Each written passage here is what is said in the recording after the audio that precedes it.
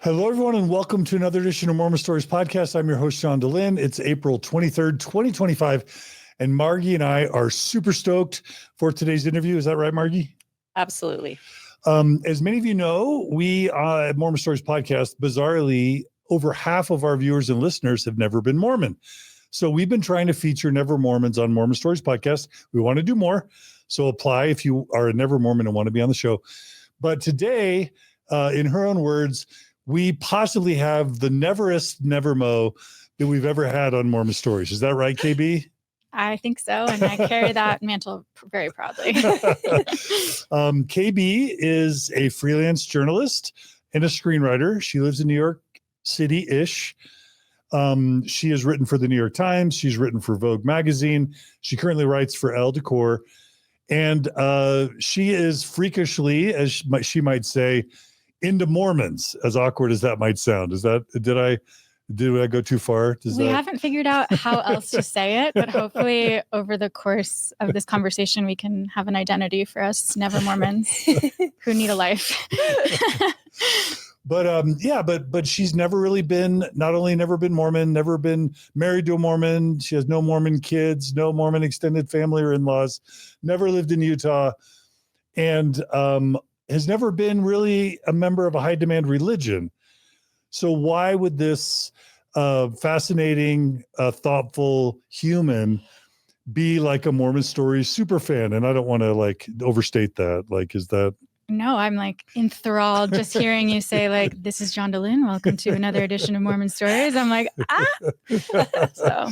Yeah. So we're just going to hear KB's story, and then we're going to hear what about her background maybe led her to be interested in Mormonism, and then kind of her journey learning about Mormonism.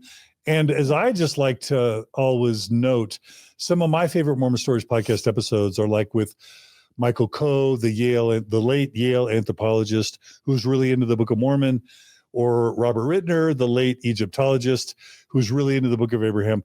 I love to hear outsiders' views of Mormonism, Mormon history, Mormon truth claims, etc. So Margie and I, today it's just geeking out fun with someone who may care more about Mormonism than us. So welcome. We'll find out. Welcome to Mormon Stories, KB. Thank you, John and Margie. I'm so honored to be here. Anything you want to add, edit, or delete from the intro? No, that sounds about right. Okay. Tell us really quickly anything. I know I just asked this, but anything else you want to say about what you do or your life just today, just so people can get a sense for who you are. Sure. As you said, I live in New York. I moved to New York City when I was 17 to go to NYU. So all of my adulthood was in New York City. I'm a lesbian.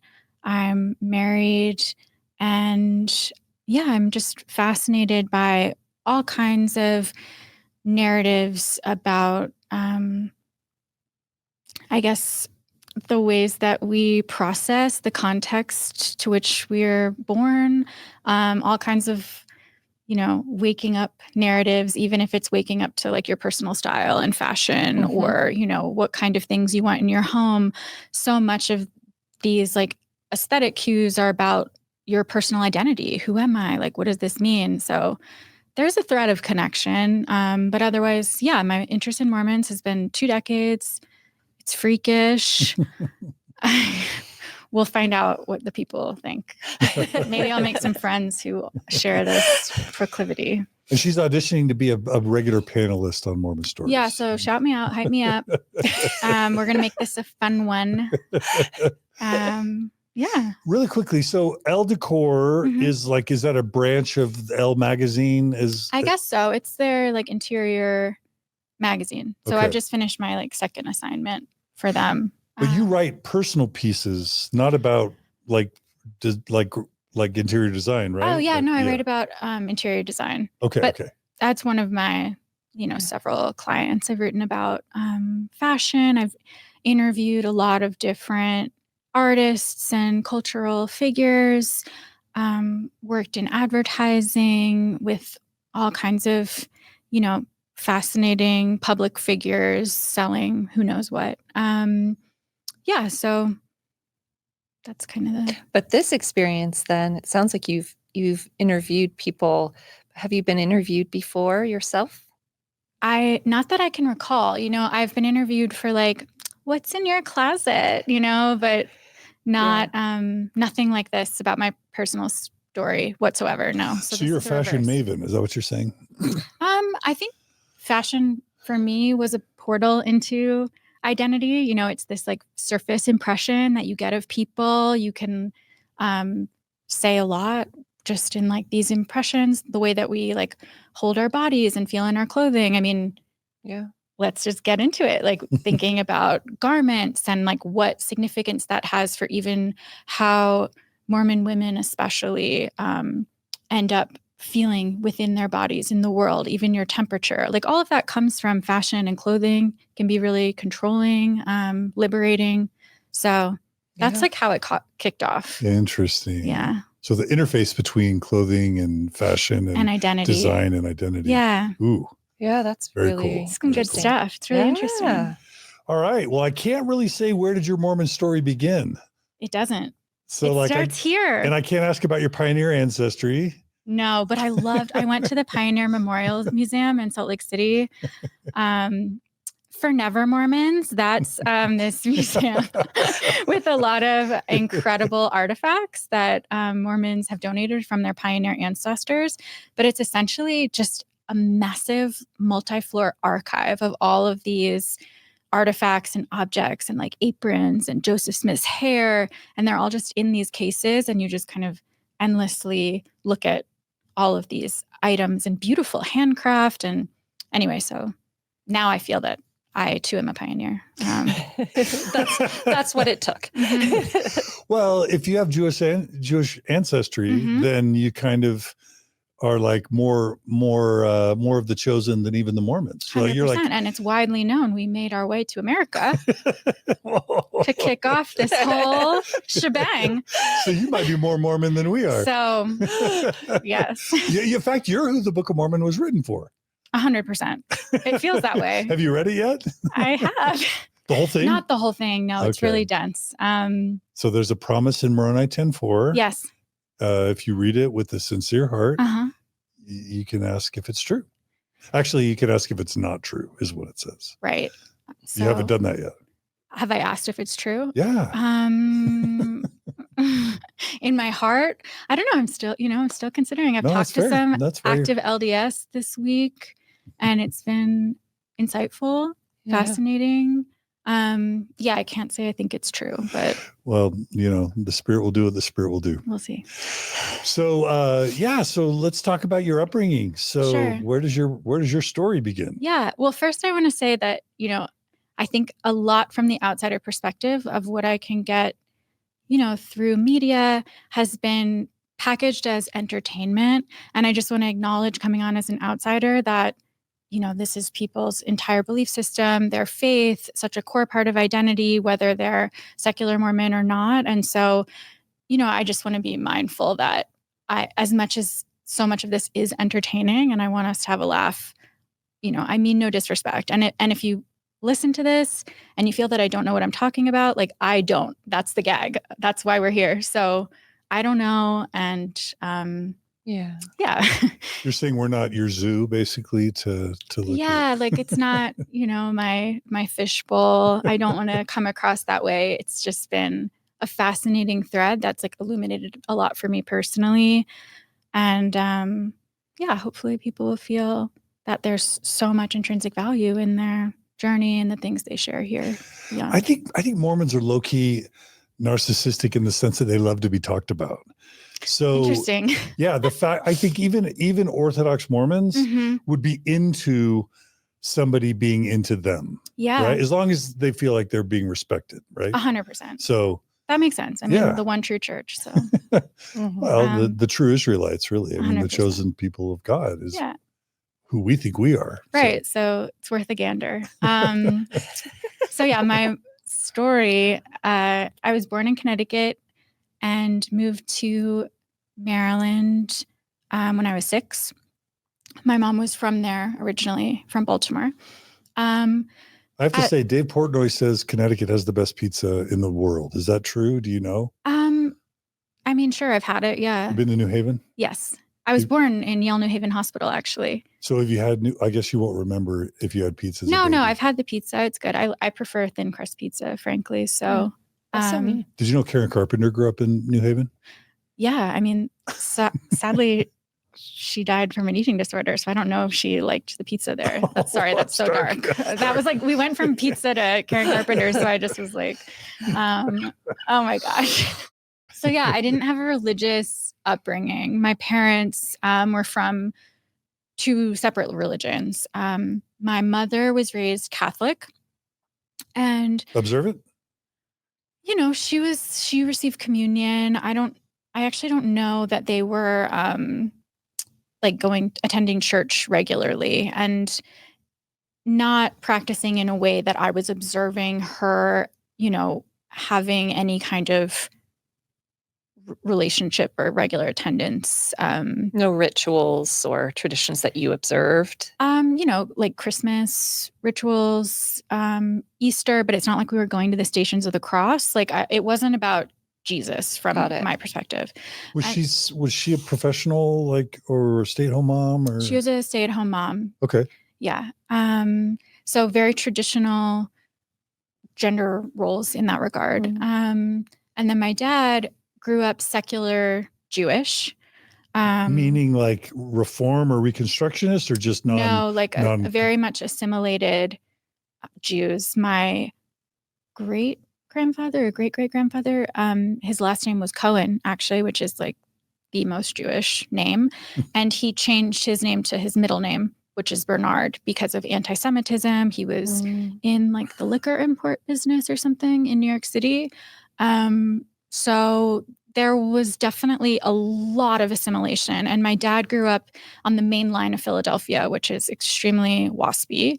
And, you know, from my understanding, did not have like a wealth of Jewish connection, much less community, you know, didn't have a bar mitzvah, wasn't extremely knowledgeable. So we did, you know, Hanukkah, we would go to friends' houses for Passover. He had some observant friends from college. So that was kind of where I saw practices of Judaism. But other than that, it was kind of just a left open to us belief system. I think my dad at one point said he was agnostic, and we talked about that a bit. My mom still invokes, you know, some kind of God or like angels, or, you know, when it's pertinent to whatever sentiment she's trying to relay, you know, it's helpful metaphor, I guess. But that was it. Can I ask about your dad for a second? Sure, of course. Have you been able to find out,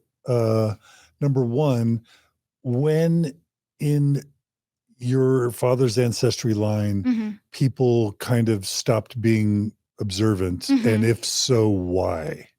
Like, was it his parents? Was it his grandparents? Was it his great-grandparents? Or do you even know? That's question one. You know, I think I have theories. I think my grandparents grew up, you know, moderately Jewish, I would say.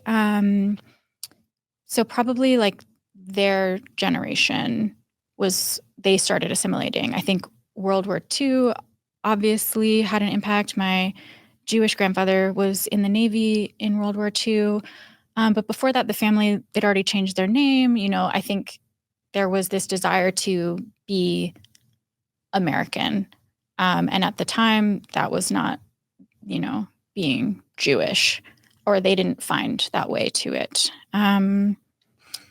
So is it, and I could talk about this for a while. So forgive me, because I love this. So does changing your name away from Cohen to Bernard mean that they were hiding their Jewishness and not wanting people to know? Yes, correct. Wow. And that's just, I don't know, has that been intense for you? That would be intense for me. I think when I first learned it, that was part of something that sparked my curiosity, because I was just like, well, what was this that you felt was so important to hide? And I always when you're patrilineally Jewish, which means your dad is Jewish, some people in more conservative parts of Judaism don't believe that you're actually Jewish. You're less legit if your mom's not Jewish. I was less legit for sure. Oh, interesting. To me, that's gross, but I don't want to speak for your people, right?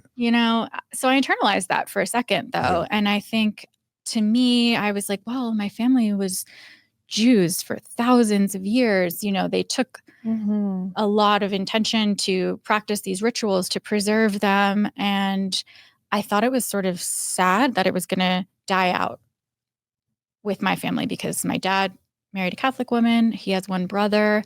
He married a woman who was patrilineally Jewish. So technically, none of my generation were Jewish, in the full sense. And again, I don't actually believe this. I think if you're Jewish, you're Jewish. But at the time, I was impressionable. I was trying to understand. So it kind of felt like this tragedy. I didn't really understand why, to my dad, that wasn't a big deal. And even as I started to get interested, it was like only just occurring to him, like, okay, yeah, like I guess that. So yeah, it was interesting. I didn't really grow up Jewish. I didn't live in a Jewish home. I mean, so much of those practices are upheld by women in the family. Like I do understand how things like cooking and the rituals of Shabbat, like there's a lot of value in the women's roles in Judaism. So not having a Jewish mom, you don't like connect to it maybe in the same way. Yeah. Okay, a couple more questions. Thanks for being willing to let me geek out. So, do you know, I'm assuming your Jewish ancestors come from Europe. Correct. Do you know which country, area, region? region? They were from Bavaria, from Germany. Oh. Yes. Okay, cool. And I think Austria as well. And do you know around what year the original ones came over? Actually, like 1830s. So around the time Mormonism got cooking. That is interesting. And do you know why? Do you have any records of why they came over in 1830? To the U.S.? I think, they left the ghettos and it was a rough life. Like that's my understanding, but I haven't done the deep dive. I should have before I came to Chapter. But they came to where? Philadelphia. Okay. And then ultimately ended up in New York. Yeah. In Manhattan and in just north of the city in Westchester County. Because the little I know about Reform Judaism, there was some sort of Pennsylvania-ish declaration in the late 1800s where kind of Reform Judaism was born. And I, as I remember, maybe Pittsburgh, I could Google it, but basically when I got turned on to Chaim Potok when I was at BYU, have you ever read Chaim Potok? No. Oh, wow. Okay. And what blew me away about Chaim Potok, and he has books, The Chosen, The Promise, yes, Davida's Harp, My Name is Esher Lev, and many others. And what blew my mind is that the Jews have been having faith crises, legitimate, intellectual, scientific faith crises for at least a couple hundred years, if not forever. And Reform Judaism was what inspired me to not leave Mormonism in 2001 when I lost my faith, because I'm like, well, if the Jews can have a flavor of Judaism where they don't have to literally believe in God or literally believe the Old Testament's word for word scripture, but they value the community, they value the culture, and they value the spirituality. Why can't Mormonism have that? And so you talking about basically Pennsylvania Jews in your ancestry, I'm just like dying. Like I almost want to do your genealogy to know whether your ancestors were Reformed Jews at some point. I believe they must have been. I mean, I'm just taking hints. I do have my genealogy like somewhere in my email, so I'll forward that to you after. But I've seen my great grandparents, like they had a 25th anniversary party, and my dad still has the invitation from that in like the late 1800s. Oh, and I don't know how. But it seems really secular. Like it doesn't have religious vibes. And even looking at our family Bible, Jewish Bible, that has like all the names written in the front of our family and other artifacts, like even just the things that were saved from that time. Like, it's clear that there wasn't this like treasuring of Judaica as much as maybe some other objects. This is totally speculation.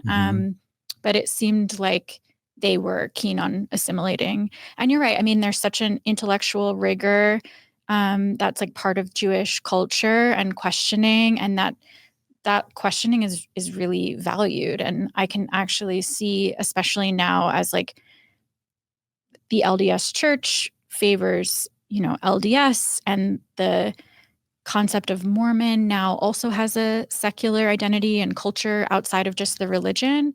There is a really fascinating comparison with that. I think it's just that there's only been, a few decades for that identity within Mormonism to be established. So when you have like It's thousands young. of years, you can kind of be like, okay, well, this is who I am. I mean, that's how I connect to it. I'm like, on some level, this is what got people through the generations. And that's really interesting. And I want to understand that. So, Well, the last thing is I would just die to know whether any of your ancestors had intellectual kind of truth claims, concerns with Judaism. I mean, obviously the racism, the Holocaust stuff would be enough to explain someone potentially feeling like I got to just cut ties because I want to survive in this American culture. That would be enough. But if your ancestors would have had, concerns about historical criticism, historicity of the Torah and the Talmud or whatever, or just with the literality of the truth claims, that would be such a fascinating parallel with modern Mormons. And in some sense, you would represent the grandchildren or the great-grandchildren of so many Mormons leaving Mormonism now, who will likely be rediscovering their faith 2 or 3 generations down the road, as they my great-grandparents left the church back in the early 2000s. But now I'm learning more about it because, my parents and grandparents hated the church and never talked about it. That's really interesting. I mean, I guess the antidote to that will be Mormon stories, right? Like, you'll have so many accounts of how and when people dropped the thread or when the shelf broke. Whereas, at least with my ancestors, I don't have a written account. I know some people do, actually. My wife's cousin recently wrote a one-man show that he's going to be performing at the Edinburgh Film Festival or Fringe Festival. And it's largely based on their grandfather's diaries, journals. And obviously Mormons also have a lot of journals and historic personal narrative. But I don't know what the faithfulness was of my ancestors when they immigrated. I think by the time they were living in New York, I think they were very inclined towards business and capitalism and like identifying maybe with that sort of success. And it could be a new religion, right? Well, yeah, it is the new religion, right? But interesting.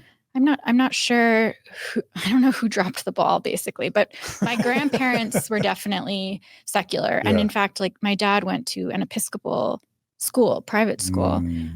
So, he would tell stories. There were definitely stories of like the identification with being an outsider. So even though it wasn't with the religion, with the identity, it was sort of like, I would hear peers and fellow students talk about Jews. And I still, interestingly, even though the actual faith aspect and the belief wasn't handed down, the anxiety and fear of association, from the Holocaust absolutely was. Like, I still was given questions like, well, would that friend hide you from the Nazis? And, wow. So it definitely is there, that sense of differentness and being an outsider. I think that's been an engine and psychological factor maybe for my dad. But otherwise, it was never talked to me. I never heard about it from a religious standpoint, interestingly. And I may have missed this, but did you say your paternal grandmother was Jewish? Correct. Okay. So it was your dad that married outside the fold. Correct. Okay, got Yes. it. Okay. Yes. Wow. Okay. So what was your dad's profession, if you're comfortable saying? He's a salesman, Okay. Okay. an elevator salesman. Okay, cool. So my family moved to the suburbs of Baltimore when I was 6. We lived in a really interesting community that actually began as sort of a socialist utopia experiment. It was, meant to be this experiment in urban planning where there were these like collectives of villages essentially that would have people from diverse backgrounds living in community with one another. And there were like public pools and gyms and essentially, these philosophical things like mailboxes that were all grouped together so that you would like stand at your mailboxes and have conversation. I never saw people actually do that, but then on the other side, abutting the town, was the town I lived in, which was a historic town, not part of that social experiment. So there was like just a really interesting tension between like even the layout and design and the way that this sort of failed utopia had been intended to function, and then the rest of the community. Of course, I didn't understand that context really until I was older. And then, being in Maryland as well, in terms of like American history, like Maryland is this strange, sometimes forgotten state. I don't know if you feel this way, Margie, but when I went to college in New York, people were like, oh, like Baltimore. I ended up actually sometimes saying I was from DC because people like didn't, I don't know, the American school system failed them. But it's an interesting place in the mid-Atlantic. You learn about the Civil War and it's like it was brother against brother. I always say that it kind of looks like the Chesapeake Bay literally like splits the state in half or something. So just kind of an interesting point there. But I had a really average American upbringing. I lived in a like new suburb, a lot of uniform houses. I went to public school. We have to ask, we were huge fans of The Wire. Have you seen The Wire? The Wire is consistently rated one of the top 5 TV series of all time, and it's set in Baltimore. And that doesn't paint a very good picture of Baltimore. Yeah, I mean, my mom actually grew up in Baltimore City, in a row house in a neighborhood.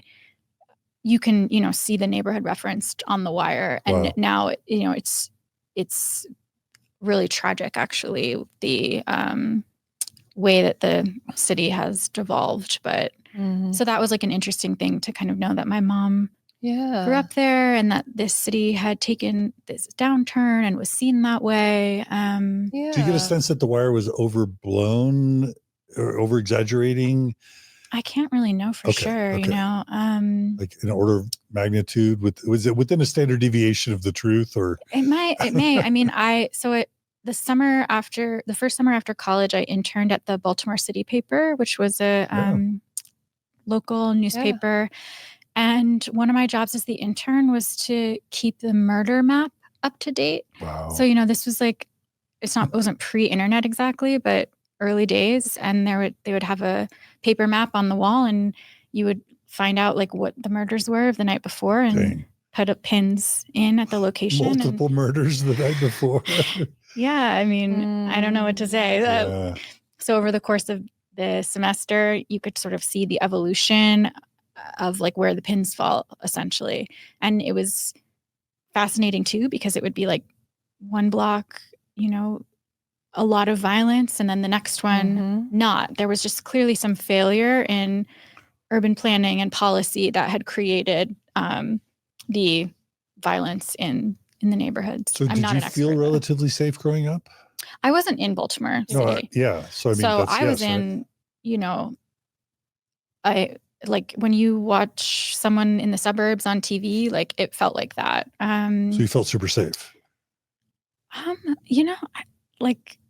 Yes, but I also, grew up in the shadow, like my coming of age corresponded very closely to 9/11, which not to like contextualize through that all the time, but there definitely was this sense of terror being close. I don't know if you remember. Because the Pentagon Yeah, the got hit, Pentagon proximity was major, but also then there was this sniper, Washington Beltway Right. sniper. So that happened while I was in high school, and it was like we couldn't practice sports outside for an entire season, and they were like, "When Was you're that the guy shooting out his trunk? yeah, That was okay, terrifying. yeah, it was really, really scary. So there was something of like, this like global terrorism compounded with this local Close. situation. It felt very close. It felt like this world is unsafe, but I was safe in my home. Okay, got it. Wow. Yes. Important context. Fascinating. Yeah. For sure. Murder map as a kid. That's intense. Okay. I'm curious about how you would describe like your interests or your personality as a girl growing up in like you're kind of describing this suburbia existence. I was firstborn daughter, and I think that characterization was very much true for me. I was extremely shy, really afraid to like go up to kids in the neighborhood, go out and play. I needed encouragement in that regard. I think I've felt different in a variety of ways, but nothing that amounted to like massive existential suffering in childhood. And I was a perfectionist for sure, but also extremely interested in art and kind of discovered artistic ability very young. My grandfather was a painter in retirement, and so he kind of taught me a bit about painting and opened my interest, and so I would really strongly identify with him and with that practice. I was really, really sensitive. In my middle school yearbook, my art teacher wrote like something like, "Oh, try not to take things so personally." And I was like, damn, if my art teacher is like writing down, "You're a little sensitive," like I must have been sensy. Well, what's interesting about that is if you loved art, then that might have been a place, that was just a little more tender for you. I think I just took things Really just personally. in general. I wanted to be good, do well. And yeah, it's really, it's difficult to grow up and figure out what you're supposed to do. I think it was really confusing for me for a long time. Okay. Yeah. How about your family culture or family values, like what it felt like in your home and what was important in your home? Yeah, it's funny, like when I think about our family culture, I can't imagine sort of like being sat down by parents who are going to tell you what they believe and who have insight and context or an entire book of like their belief system and their values. And I definitely didn't have that. There was this sense of an us and them kind of quality that was sort of like, oh, if anyone's like speaking unfavorably about any of us kids or like our family, it was, an up in arms kind of thing. Oh, like family loyalty? Kind of, yeah. Let me think about how to put Was there a this. secular flavor to it? Because were most of your peers religious? And was it weird to be in a more secular family? Yeah. I mean, I think that they just had a religious identity, like they were, but not everyone, but yeah, I think people had like a practicing working religion of some kind. So I felt like an outsider, in Jewish context and in Christian context. Oh, yeah. So you felt like you were a minority in being non-religious. I felt that I didn't know where I fit. I was very proud to say like, we're both. We do Christmas. We do Hanukkah. So y'all weren't like overtly identified as secular. No, that's the thing. It Mm. wasn't like this. We've deconstructed, unpacked what religion and religious identity was. It was kind of a nothingness. And that's why I had this sense of searching, because I didn't feel anchored in that way. And I think, my dad worked at the same company. He still does for his entire career. It was very like American dream coded. My mom was a stay-at-home mom. She had 3 kids under 4. Wow.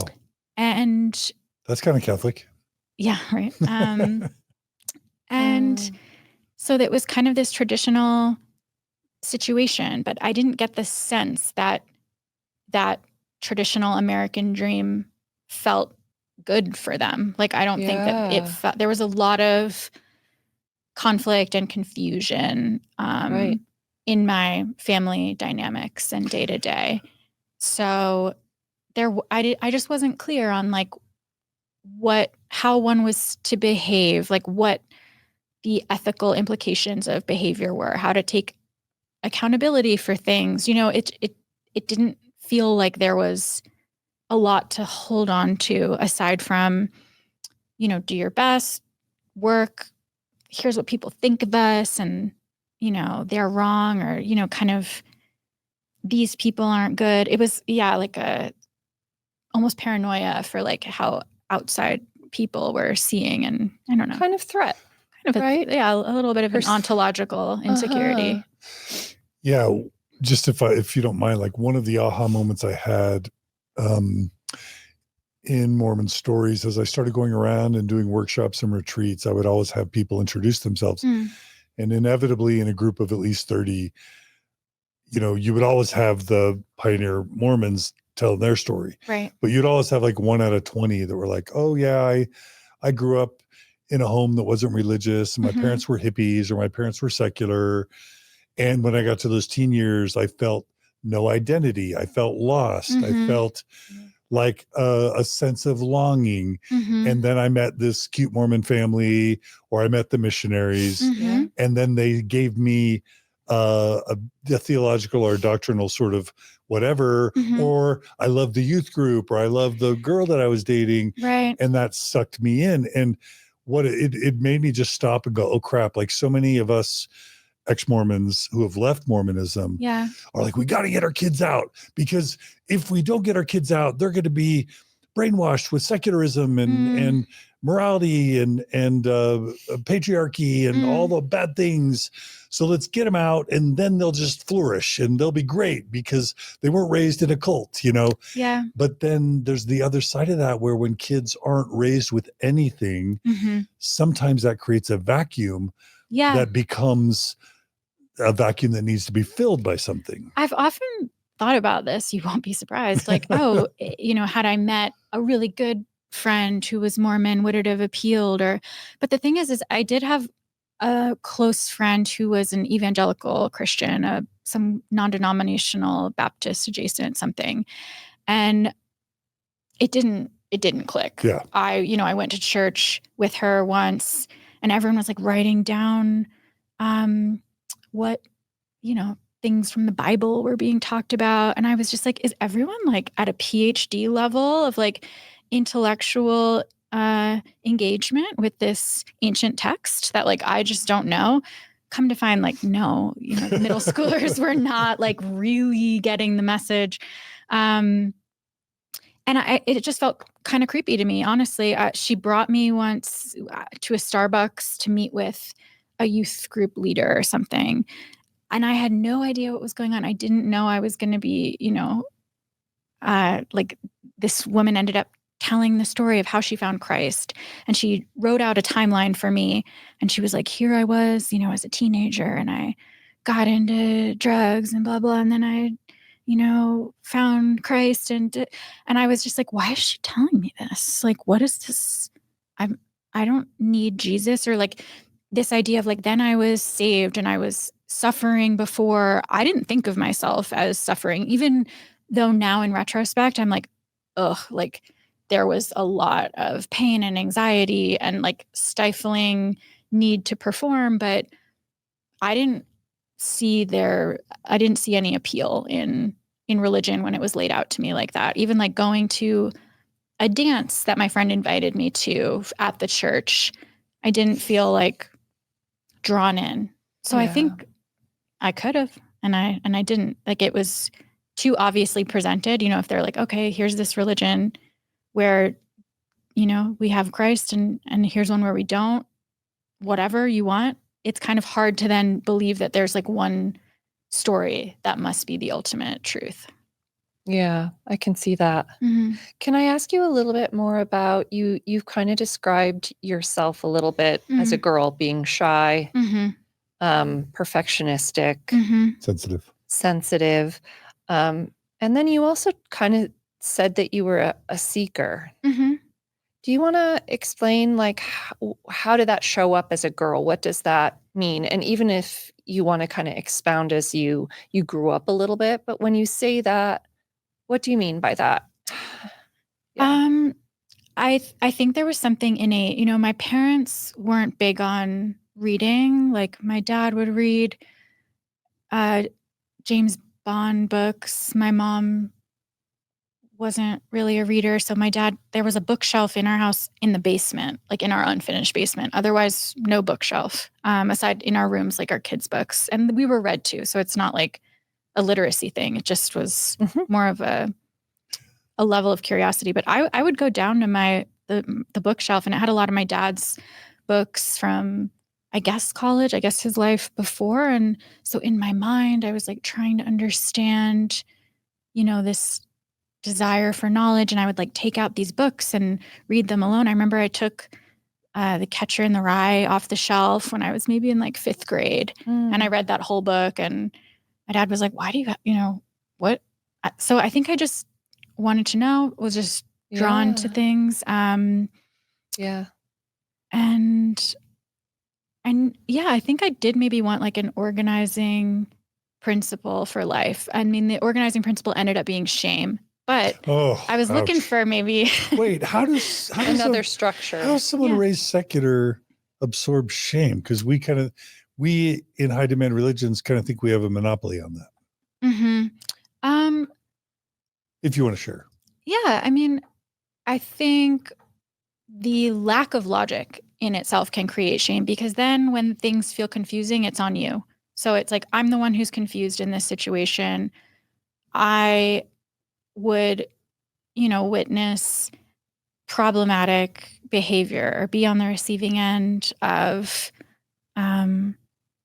aggressive behavior. And in not understanding, I internalized it as shame. And then when I would watch, just how my mom in particular, like, felt in her community, and like her own anxiety, feelings about herself and her looks, all of it became something for me to absorb. So it's not that I think I developed shame in context of a worldview, but I inherited shame. I think even my dad in this, as we were saying, I think when there is an absence of religion, something fills in. I think for my dad, it was like this desire to win and be successful, maybe like capitalist sense of like identity. Even though we were middle class, it wasn't that there was like excess, wealth. So yeah, it all kind of led back to like, well, this is on me to like make something of myself. I think I had this idea that my grandparents had grown up in New York City, and then they'd left, and maybe there was this time where my family had this interesting promise or something that I wanted to like bring back. So I think there was just like shame of like not fitting in, not feeling comfortable within my family, having a lot of conflict, and then trying to find some story to orient myself, and not really being successful at that, I would say. Richard Rohr writes that Mormons do first half of life better than anyone he knows. He's a Catholic, thinker. And he basically says Mormons do first half of life better than anyone else, but they do second half of life worse than almost anybody else. And that, when he talks about first half of life, he's talking about identity formation, meaning, community, purpose. would you say you felt a possibly profound lack of identity, meaning, purpose, morality, structure? Or I don't want to impose that on you. So, I mean, now in retrospect, yes, because it took me a while to wake up to like even ask myself what I was searching for, right? For example, it's like the confusion. Confusion is a huge thing that I've had to overcome, which is an interesting way to shame. That's maybe like the opposite. You have like the rigid way to shame and then the like just amorphous way. But for example, I was baptized in the Episcopalian Church when I was 8 years old. I think it was pressure from my mom's Catholic mom, that if we were to die, we'd go to purgatory, I guess. Again, wasn't really like let into the loop. but not Catholic. Not Catholic, because it was like Catholicism, Judaism, like meet in the middle, I guess. Episcopalian. I don't know. That was like just the preschool that my siblings were going to. I don't know. I remember the outfit I wore to my baptism, but I was like fully conscious, no connection or context to the religion itself. Like I think I went to Sunday school maybe for a few months, but that's really confusing, and so I'm really trying. I felt like, okay, if I get some version of this right, I'm going to like solve this family conflict. Or my parents came from such different backgrounds. My mom's from inner city Baltimore and, working class upbringing, didn't go to college. My dad was from the mainline Philadelphia, private school, private university, graduate school, Jewish, Catholic, like they were very, very opposite people in their upbringing. So I was trying to figure it out. Navigate all that. Yeah. I liked in your outline, you wrote that from a Mormon perspective, you got baptized at the right age. Exactly. So I did have that. Yeah. And like, but as a Mormon, like it's meant to be that you're claiming this belief, right? You're like becoming a member of the religion. You can like sin, you can do it all. Your still small voice is coming up, right? Like, but I didn't have that experience. I kind of just felt shame walking down the aisle being like, oh my God, why am I so late to the party on this? Like, it's so embarrassing. And what does it mean to be 8 years old? And like all the other kids here, they were baptized right away. Like they got it. Like, what's wrong with me? Interesting. Yeah. And when Mormons are baptized, or I'm sure in Catholicism and Judaism, or even Episcopalianism, if you're raised in it, by the time you get baptized, you know what it's all about. But if your parents are like, I don't know, let's get her baptized. Maybe we'll do it in the Episcopalians. Like, let's please the grandmother. Context. Like, it just was like, well, who am I pleasing ultimately? Like, it's not God. And I'm not going to shout out the priesthood, but like kind of intimate that your dad typically is the one like baptizing you. Right. And that feels personal. Yeah. That feels like chosen. It's something important that they did, and they're going to like bring you into it. The metaphor makes sense. So, but you would have been done by some Episcopalian priest or whatever. Yeah, I just like had to lean my head over the bath. It was like so awkward. Sprinkled, not immersion. Get a little sprinkle going. Yeah. Holy water. What makes the water holy? Don't know still to this day. Okay. So. Yeah. Okay. Yep. All right. So how did things progress? So yeah, I went to public high school. I met a best friend there who's still my best friend to this day. He was obsessed with fashion, became a fashion designer. He actually designed my wedding dress. So we have like a long standing, he's like my family. And even on my wedding day, like I got ready with him. He was like with me till the moment that we so like had our heartwarming. ceremony. This is horrible, but was he gay? I'm guessing. Yeah, he was gay, of course. I know. I don't. And he kind of like introduced me to fashion, and that became this identity, one of dreaming of like going to some other city where we could be different and cool and amongst our kind. Then just like the creative education that we embarked on together, like we would go to bookstores and buy all the runway magazines. He was designing dresses for prom for all the girls in school. Like he designed my prom dresses as well. Wow.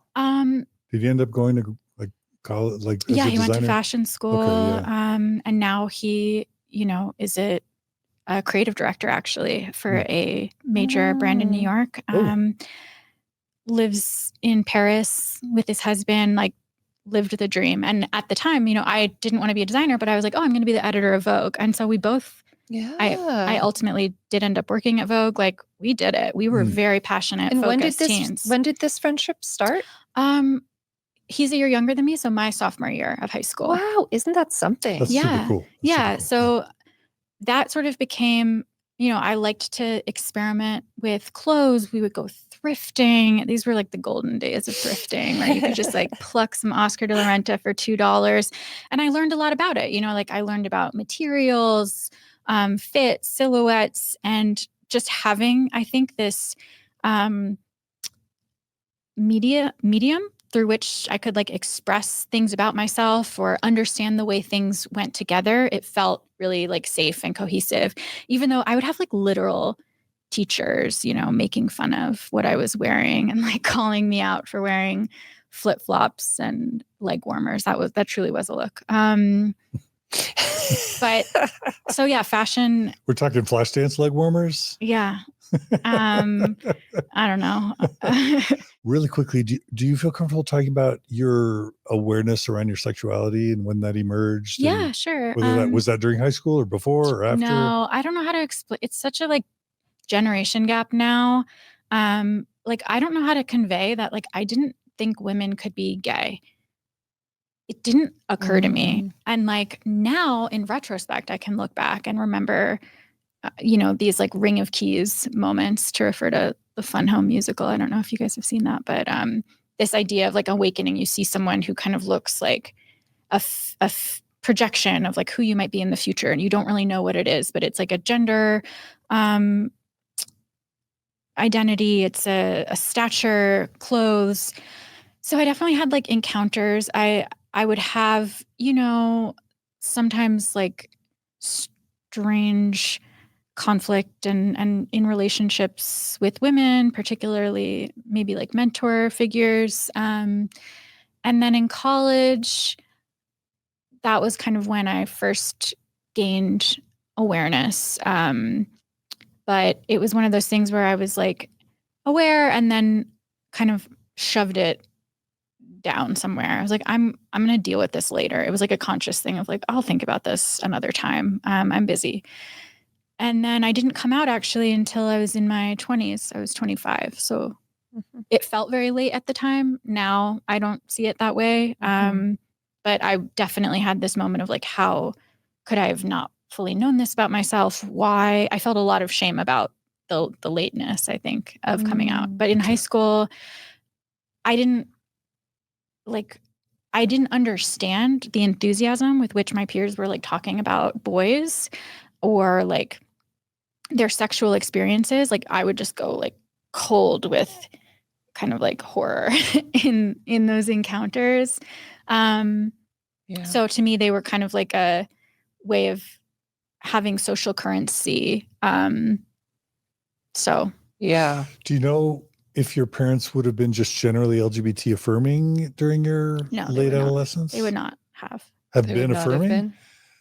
They were not when I first came out. Even though they didn't have a religious, active religious framing. I don't know what to tell you. Yeah. Okay. They are like conservative, politically, a little bit socially, I guess. But no, they would not probably, or like it would have been a journey, and it was actually a journey. But I think in part just that they didn't know, and it became sort of this like symbol for all the ways that they didn't know me, we didn't know each other, and they definitely were not supportive at first. But they did come to my wedding, and we've had, I don't know, I guess a resolution with that. Okay. I have a quick question. Sure. Like, how would you talk about, I'm just all about this friend in high school. Oh, yeah. That you met. And because I view the type of relationship that you guys have had through the years is quite rare. Yes. Especially meeting that young. Oh, yeah. But also, how would you talk about your experience? Because I'm having this feeling for you growing up, and I'm not sure it's accurate. So I just want to check with you. Sure.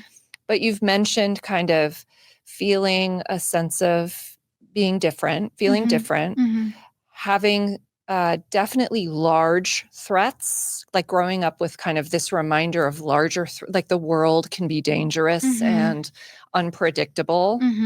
How would you talk about, particularly as a young girl, and then maybe moving into this friendship in 10th grade, like, did you feel a sense of not like necessarily loneliness, though it could be loneliness, or even just feeling alone in the world sometimes? Like, did you have a feel for that? I very much did, but I think from the outside, it wouldn't have been super obvious. Okay. I think that I would see the ways that people connected with each other in friendship, romantically, and it didn't seem to come naturally to me. But I think I had a sense within my perfectionism that like maybe I was above human connection, which sounds so extreme to say. But, you know, I used to be the kind of person who would be like, people only get dogs so they can like talk about their dogs with each other. Like it didn't occur to me that you could, I don't think I had a lot of form a bond with the dog. I don't think I had a lot of like emotional awareness or maybe even empathy at that time. And so from the outside, I think I was just trying to, you know, keep the line. I have like these fond bouts of like creative collaboration with friends. Like a friend of mine, we would like use her handheld camcorder and just like make TV shows. There was no YouTube. There was nowhere for it to go. We would just like then rewind the tape and start again for the next time. But it was about the process of creating it. Like there were outlets that I had, you know, I played tennis. So I was like involved in sports. I was on the school newspaper. Like I was involved. I think the first time I felt like depressed or, you know, like I couldn't quite get myself to feel good was when I was a teenager, but I didn't see it that way. I thought I was so capable of achieving so much, you know, I could get into college, do what I needed to do, that I didn't really have the capacity to like see the ways I was hurting. Right. It's kind of like you don't know what you don't know, or not being conscious of things you're not conscious of yet. Yeah. And I just had a long way to go, you know, like I was raised in a Republican conservative family, but again, like no religious identity. So it just took a lot of rounds to like unpack where I was coming from, basically. Right. That's right. And in understanding the importance sometimes of the role of structure or ritual, even in a secular sense within families, communication. It sounds like. So did you feel like with this friend in 10th grade, did it feel different to you? Like, do you feel like it awakened you in a way? Because when you're talking about it, the connection. She lights up a little bit. Yeah, you kind of like, it feels like it was like oxygen, or whether it's the exploration, the curiosity. Oh, definitely. I mean, I think we were like literally exploring, and that we would go to these thrift stores. We would like go to dinner in Washington, D.C. And when you're like a teenager, that was a really cool thing to go do. And, you know, I was sort of like he was definitely the main character. And so I was like I was the sidekick, I would say, but I sort of resented that role, and we were teens. So there was definitely moments where it was like a little bit like, you know, is this like, will we be friends forever? Are we just both into this? But now when I look back, I have so much gratitude. We had so many points of connection in our feelings within our family. We would talk about our parents. He was absolutely the first person to whom I like laid bare some of what I was like going through in my family in conflict. And we had that point of understanding, but he also was like shocked by certain things or would respond to things I would describe. And that was like my first way of seeing myself, was definitely through his eyes, for sure. Yep. Did you know any Mormon kids in your high school There was one. that you knew of? One that I knew of, yes. And I actually like hung out with him one day. I don't know if I would like fully call it a date, but we watched this movie together. I like interacted with many different boys in high school. But we watched this movie, The Village, M. Night Shyamalan's. Yes, well, It's one of my favorite movies of all can I time. say? So And it I was think really it's a great interesting. metaphor for religious faith crisis. So. Well, I don't know where he is today. Like for all I know, he's a stake president. Like I don't. Yeah. But he brought it over. He's like, oh, like you're really gonna like this. I was really into like philosophy. I would talk to people about stuff. Anyway, so he brings this movie over. We watch it immediately. Like they have American accents, right? And it's meant to be like a British colony. And so I just said, I mean, this may be like the first 10 minutes of the movie. I was like, they don't have British accents. Like, is this modern day? Like, what's wrong with this film? And he was like, well, that kind of ruins it. But yeah, it's so interesting now to think that we watched that together. And I'm like so curious what the rest of his experience and journey was. But all I knew is his family had a lot of kids. He happened to just be like a pale person. And so I thought there was something with them like not being allowed to go outside. I mean, this is like like almost the like Mormons outside- or Amish, maybe. something I didn't know. And I don't think I understood that like Mormons weren't polygamist or that was separate, even though I don't think I knew what polygamy was. I just was like, there's something that I don't understand about this. Yeah.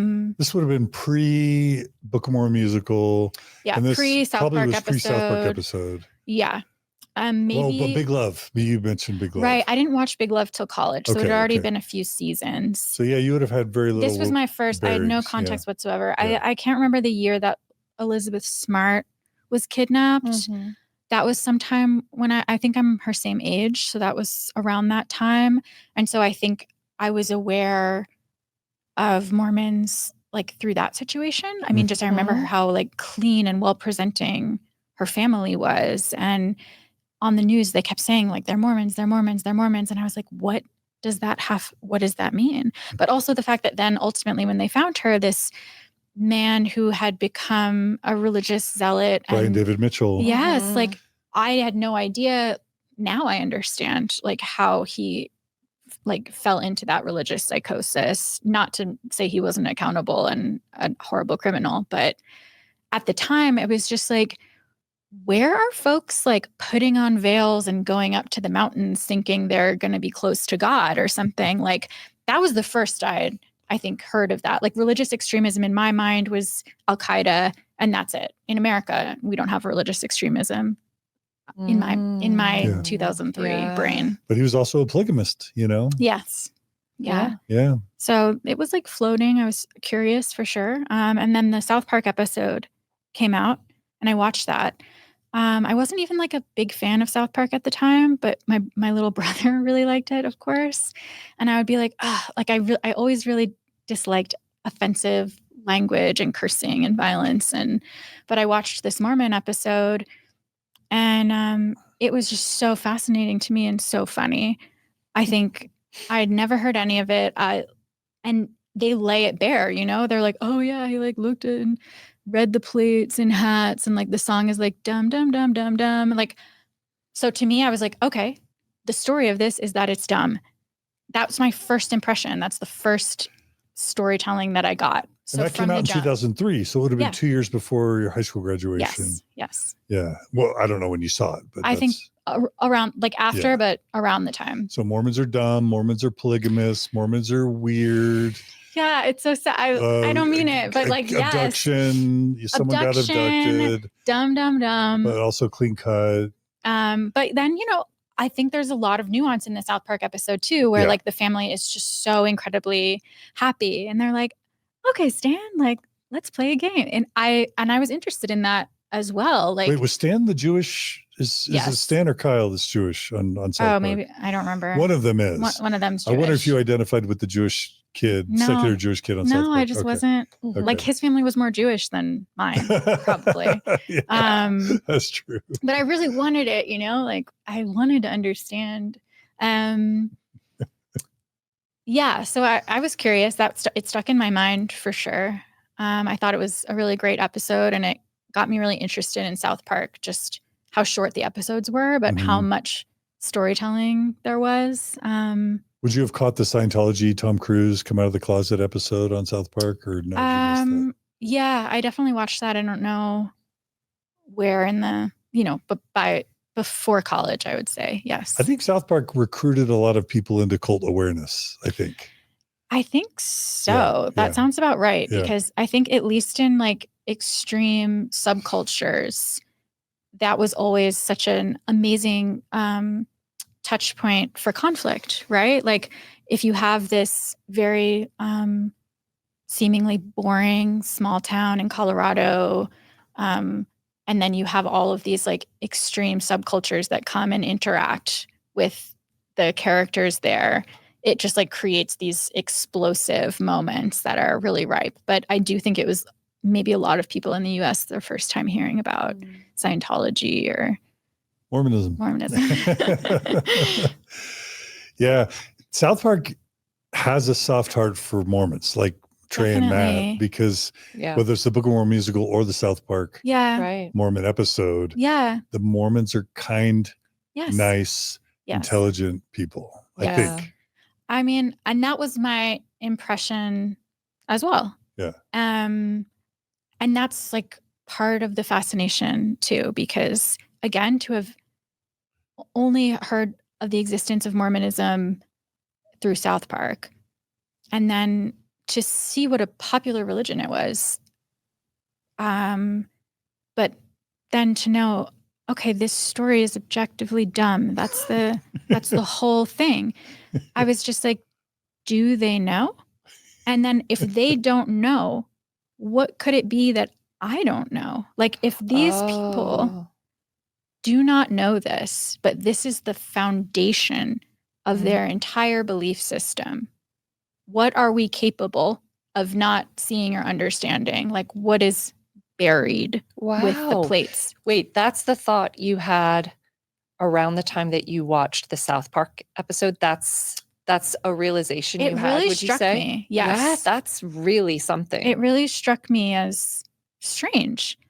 I think because they were so compassionate in their depiction, and because, as you're saying, like, okay, the first half of life, this episode is through the child perspective, but then even to see how quickly his parents, meet the Mormons, literally, and they're like softened and compelled as well. It's like, okay, you can't look away from this like performance of family and wholeness, and like we don't have that. We're just like watching TV. Like that contrast was really fascinating to me, and it stuck with me.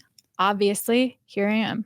I would guess that, I just recently rewatched the South Park episode, and they're playing games and they're playing music. The Mormon family is playing games. They're playing musical instruments. Yeah, they all play instruments. They're having like family home evening, and they're making cookies and treats, and to contrast that with the families of Kyle and Cartman and Stan of South Park. It's just like empty, media-based, violent families, all of these right? things. So wow, I can see how that might make an impression on you. It did. Yeah. I mean, now obviously all this is in retrospect, and there's like, I'm sure if someone listening to this now were to psychoanalyze me, it's like, she has a little trouble talking about her own family, but then the Mormons like turns it on. It's like, so like, I think I just needed some receptacles, like vessels for some of these questions about identity, and like the Mormon story was like pretty tight.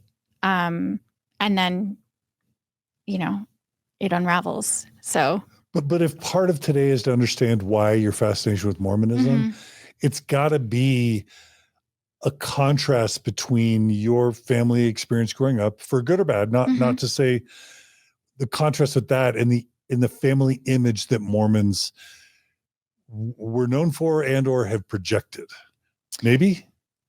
I just feel that by the time I would have seen the South Park episode, mentally I was checked out. I was ready. I knew I wanted to go to college in New York City. I wanted to be a journalist. I was gone. I knew I wasn't going to like stay in Maryland or Have you checked out of your family, do you mean? Okay. maybe. Yeah. Yeah. But definitely in retrospect, there is something of the clarity of identity, the one true church. You know, there's this idea with Judaism of the chosen people and having this experience where like, I'm not chosen. And I had to understand why, and like why my connection as a Jew wasn't valid. And people directly would invalidate that. So then to see like this other newer religion where they have that resolve, I don't know, it was just like really interesting. And very American. Also, yeah, I think like it's the American religion, right? So to realize as I was like learning about politics and starting to understand that like my politics differed from my family, I think that again, having this culture that had distilled these American values into such a potent like principles for life, there was a very helpful like compare and contrast going on in my mind. Fun. Yeah. So where did your Mormon journey continue? Where and how? So next, I probably was watching Big Love, which actually my best friend from high school introduced to me. Which for those of you who don't know, it's an HBO series about modern Mormon fundamentals polygamy. Is that right? Yeah.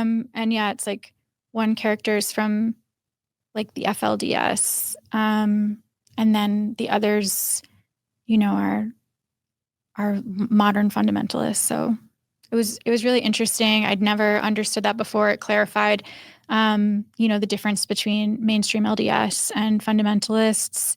Love Chloe Sevigny. It's so interesting. Like the coolest nightclub ever. When I was in college in New York City, her brother was a owner.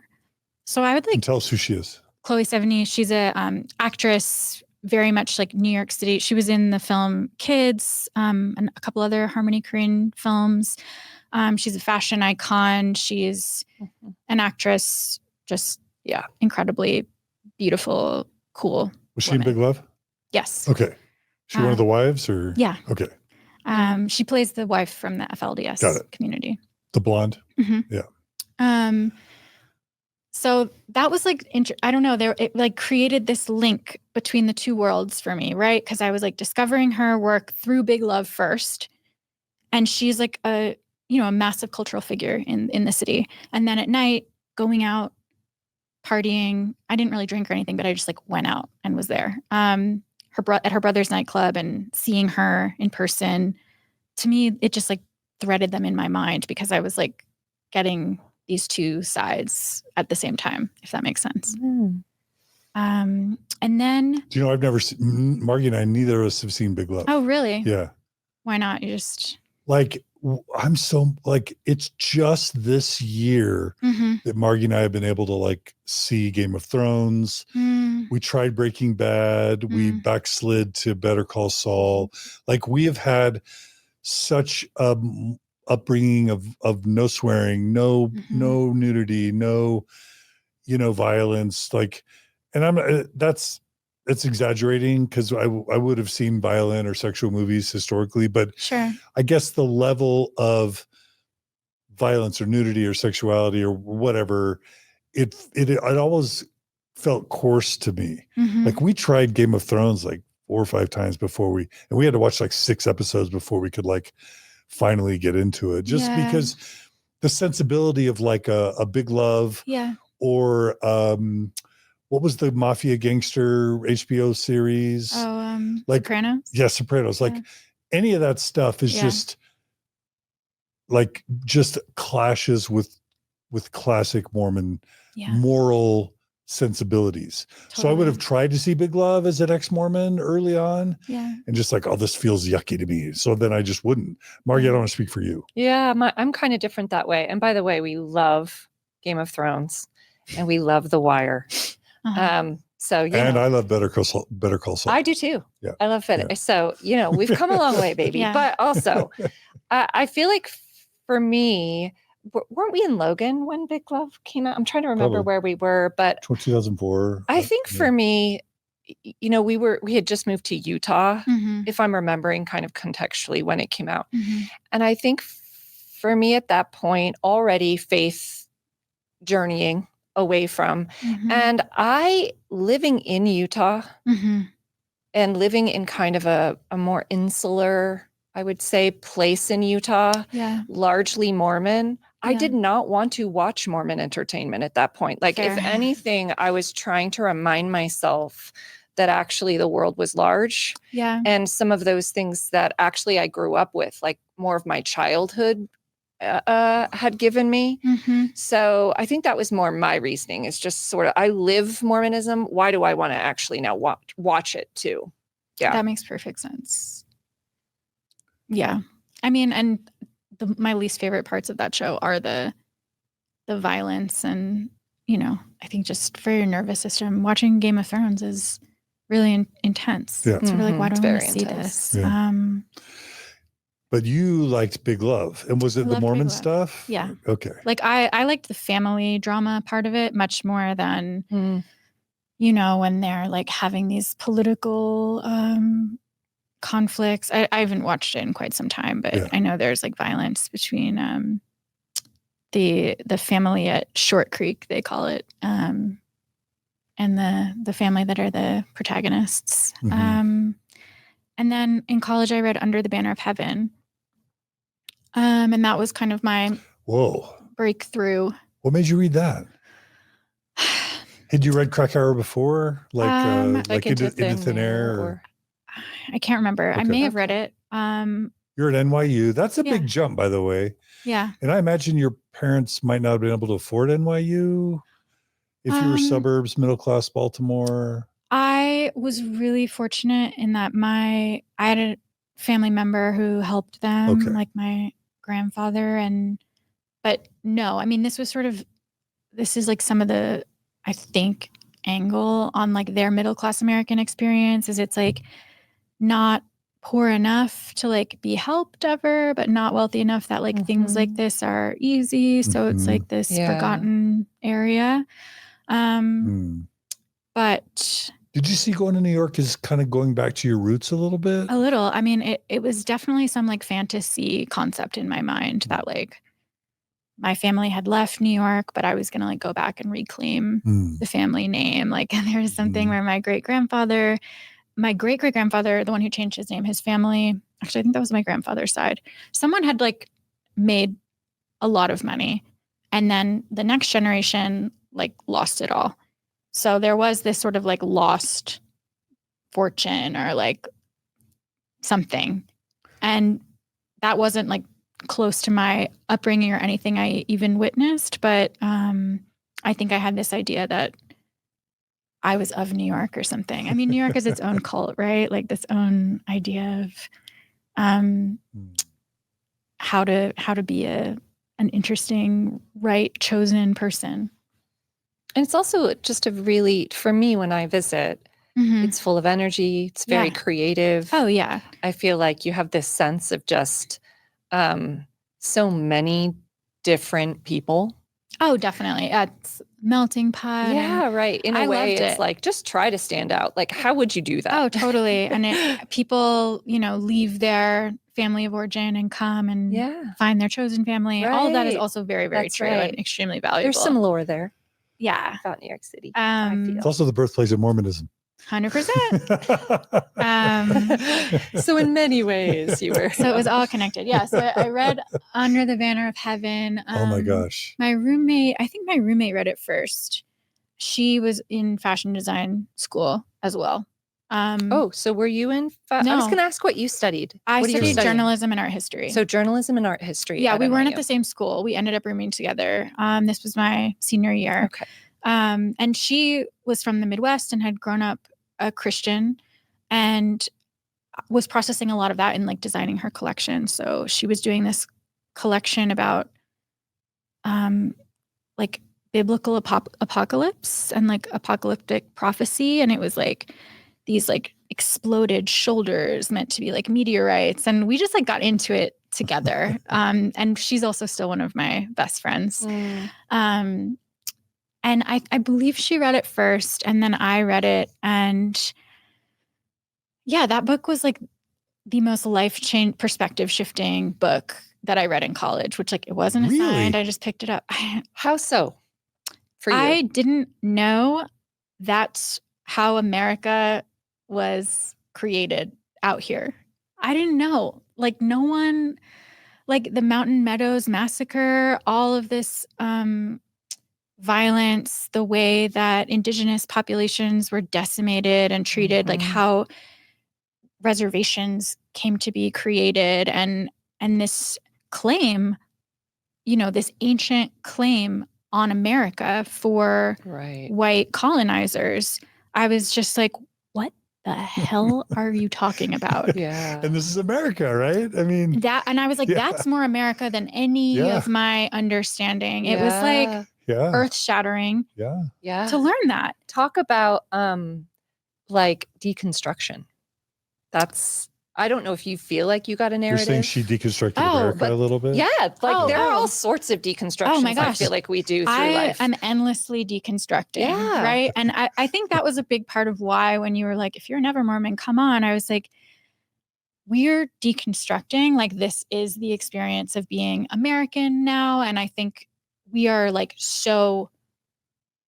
the structures that need to be deconstructed are so much more than like Mormon identity. So that was like my first American deconstruction. Like I knew that my politics were different than my parents, but it was very much based on like social things. And I still, you know, wanted to believe that this was just kind of like a surface level identification. Like I didn't understand where American values, like where they were created, like what had actually happened in American history, which is so like heartbreaking. But that was the first time I started to learn that, even though I was like studying art history. So you see the imagery and expression and symbolism, you see the power of religion, like all art is religious art up to modern times, essentially.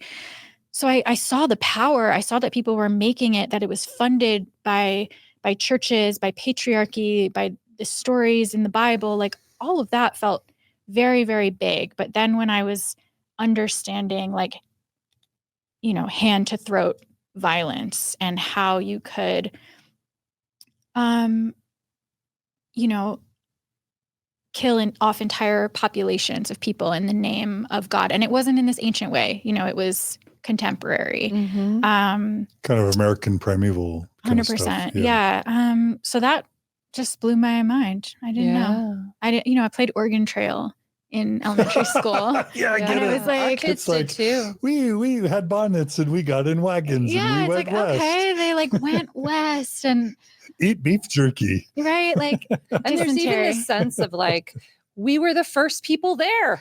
That's how they made it sound, kind of. As opposed to like, no, actually. You know, they're like, oh, we bought Manhattan for some beads.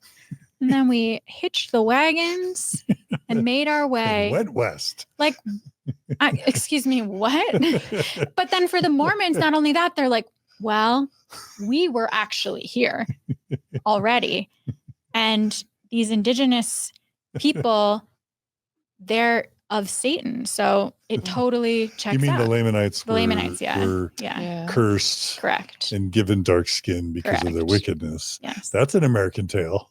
It is. And it's not just, you know, a Mormon perspective. And they're talking about the mound builder myth that preceded Joseph Smith. Yes. So all of that that was my first deconstruction. That would be mind blowing. It really is. I would guess the majority of Americans have never even done that exploration before, right? Probably not. You know, it's I just would like try Benjamin to talk to people Franklin about and it. Thomas Jefferson and found his Constitution and the Liberty Bell. Like I think that especially in recent years, some people are like just tuning in to the ways that our history Yep. has created all of the systems that oppress most people in this country and benefit very few. And I think I just wanted to know what else was being hidden and why. Like, this was my first sense, even as a journalist, that like these narratives had been shaped far more. And in fact, there was intentional deception. And I couldn't quite figure out who had decided that and how it had happened. And, that was like my first awakening as well, that like history was lived by like average people, that people in the past weren't necessarily these like wiser with a vision that they knew at the time, like what things would become. Like, it was remarkable to me to read about Joseph Smith and just be like, this dude in his 20s, like digging around. And then there's like the Mormon temple in Bethesda that you see from the Beltway. I just like that blew my mind, like the impact that an idea or a story could have.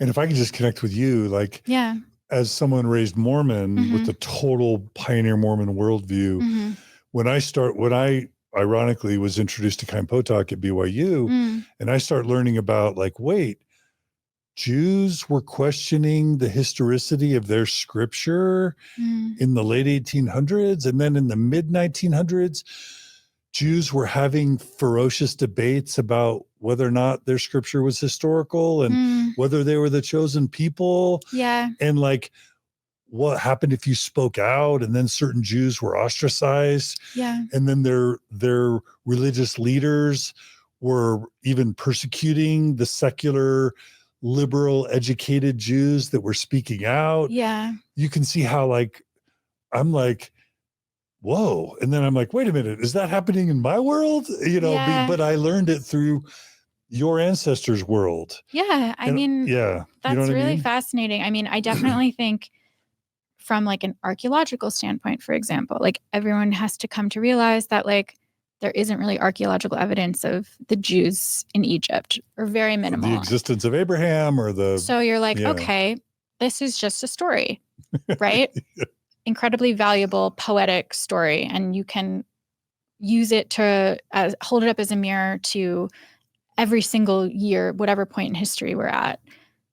So hugely valuable. What a beautiful ritual. Like the symbolism of the Passover Seder. I love it. This is what made me want to understand Judaism and get into it on some level. But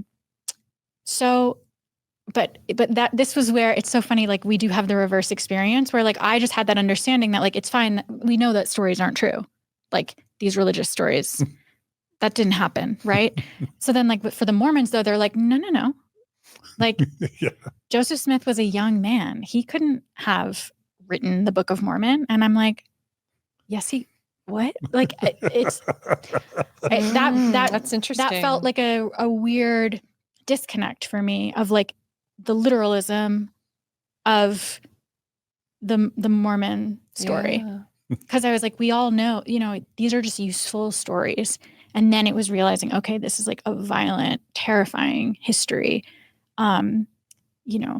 set up on something dumb. I'm so sorry. Like, oh man, burst out there. No, just bring it back to that. Yes. I'm not actually saying that. Like, I understand why. Yeah. Yeah. So then from there, I think, as I was reading Under the Banner of Heaven, that was when the Yearning for Zion Ranch was raided. In 2008. And that was like Warren Jeff's compound in Texas. And that was all over the news. And so like now I had this understanding of American history in the context of Mormon history. And then there were these Mormon extremists who were like practicing what they saw to be like the original Mormon principles. And that just like fascinated me as well. Even just like the visuals, having been interested in fashion, to see the homogeneity, the color palette, the conformity, the hairstyles, especially like in America, there's very few subcultures that I think have I mean, actually, Orthodox Judaism, like Hasidic Judaism is one of them, where it's like this historic reference point for dress and gender presentation. And that really interested me. I was into it. Yeah. And I was also just like, what is going on, with these women? Like, are they okay? Like, what is this? You see them on the news and they're all like, we're great. Like, we love it. We choose this. And So you mean in the FLDS? Yeah, in the particularly? FLDS, Yeah. like this is our choice. I think coming into, my parents had very traditional gender roles. So then coming to understand like what is choosing, what is womanhood to me, like what is optional. I don't know. It was very interesting to observe that. Yeah. So would you say up to this point, are you getting to know Mormonism through kind of media, popular culture, as opposed to like, did you ever just Wikipedia or like try to do a deep dive about Mormonism and just being, trying to understand actually, what do they think about what is the history? How did they? So this corresponded with deep dives. I think this was around when I found the ex-Mormon subreddit probably as well. So I was just, and I had my like first iPhone, and I was just reading all there was to read. And like, I would sit up late on my laptop clicking all the Wikipedia. At the time, it was like kind of fun to play Wikipedia golf. I don't know if you guys ever, where it was like, you start in one place, like with one word, and you're meant to like be clicking links until you get to another that's seemingly very far away. Right. So you start with Joseph Smith and they're like, okay, end at Whitney Houston. And like, you have to strategically click through. Oh, that does sound to try fun. to like, that's what we did on the early internet. I don't know. Anyway, so I would do that. And I really liked like starting or finishing in like very specific, Mormon subject matter because it felt obscure or like a fun one to throw out at people. So yeah, I started reading it. I think on some trip I came across a free Book of Mormon. This was in college. When I said I was going on Mormon Stories, my sister was like, oh, are you going to tell them that like you have the Book of Mormon in your bedroom, like your childhood bedroom still? And I didn't even remember that. I was like, oh my gosh. She's like, yeah, you've just had that there for years and years. So I think I attempted to read it and, I still had like a liberal arts education. So we were learning about different religious texts. Like I was actually in this program in high school that was designed so that you were learning the history, literature, music, and art of a certain historic time period or place simultaneously instead of it kind of being at random. So it was meant to like create this more comprehensive picture of history and the arts. And so it was just like interesting to me to read a religious text. How did, Mormons are conditioned to feel like it's the best book ever, like literally the most important book ever published. Yeah. Like how did you find it, if you remember or can feel comfortable sharing? I mean, you've already called us all dumb, so don't hold back. Okay. No, I didn't. That was a reference. I was doing a callback to South Park and using it being too literal, the nuance of the outsider view. I love Mormons. That's why I'm here. Really. Yeah. I mean, I just found it pretty dense, and compared to other, historic poetry and storytelling, it left a bit to be desired. And I also noticed, some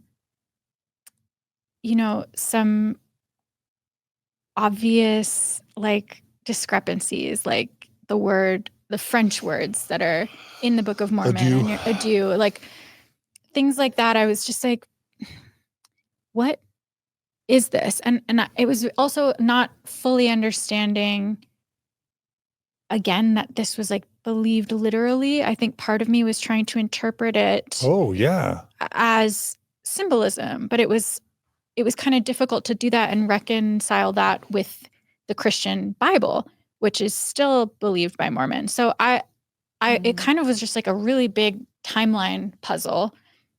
in addition to just being puzzling, because I was used to, again, reading and interpreting these stories as kind of symbolic. And I know that obviously there are Christians who, take the Bible literally, but that just hadn't been the way that I was taught to read texts like that.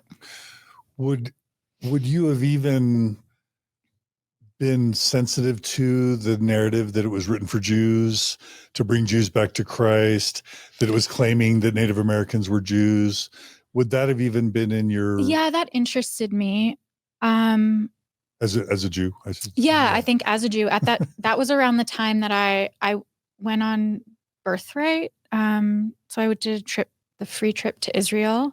And it's interesting because now, I don't even know if it's going on now, but it's basically like a indoctrination trip to build this personal and political connection between American Jews and Israel. So is that where you work on a kibbutz? No, that's sort of like another level. This is just like a week trip. Who funds it? You said it's a free trip. Yeah, this Jewish billionaire, I forget who exactly. So there's a Jewish billionaire that funds one-week trips. Yes, to Israel for people who are for historic, American, and you just Jews. Apply for it, and then all expenses paid, kind of thing. And you got it. Yes, you applied and got it. So I was in a narrow window where being half Jewish, I didn't know this was a thing. Was okay. That's not the case anymore. There's like the age limits have shifted. It's been like, I have no idea if they're still doing it right now. It's called birthright. Birthright. Yeah. And you did that when? What year? Around my senior year of college. So 2009. Mm-hmm. Now, was this when you were trying to investigate Judaism for yourself, or not yet? I mean, I was sort of throughout college. I mean, New York is such a Jewish town.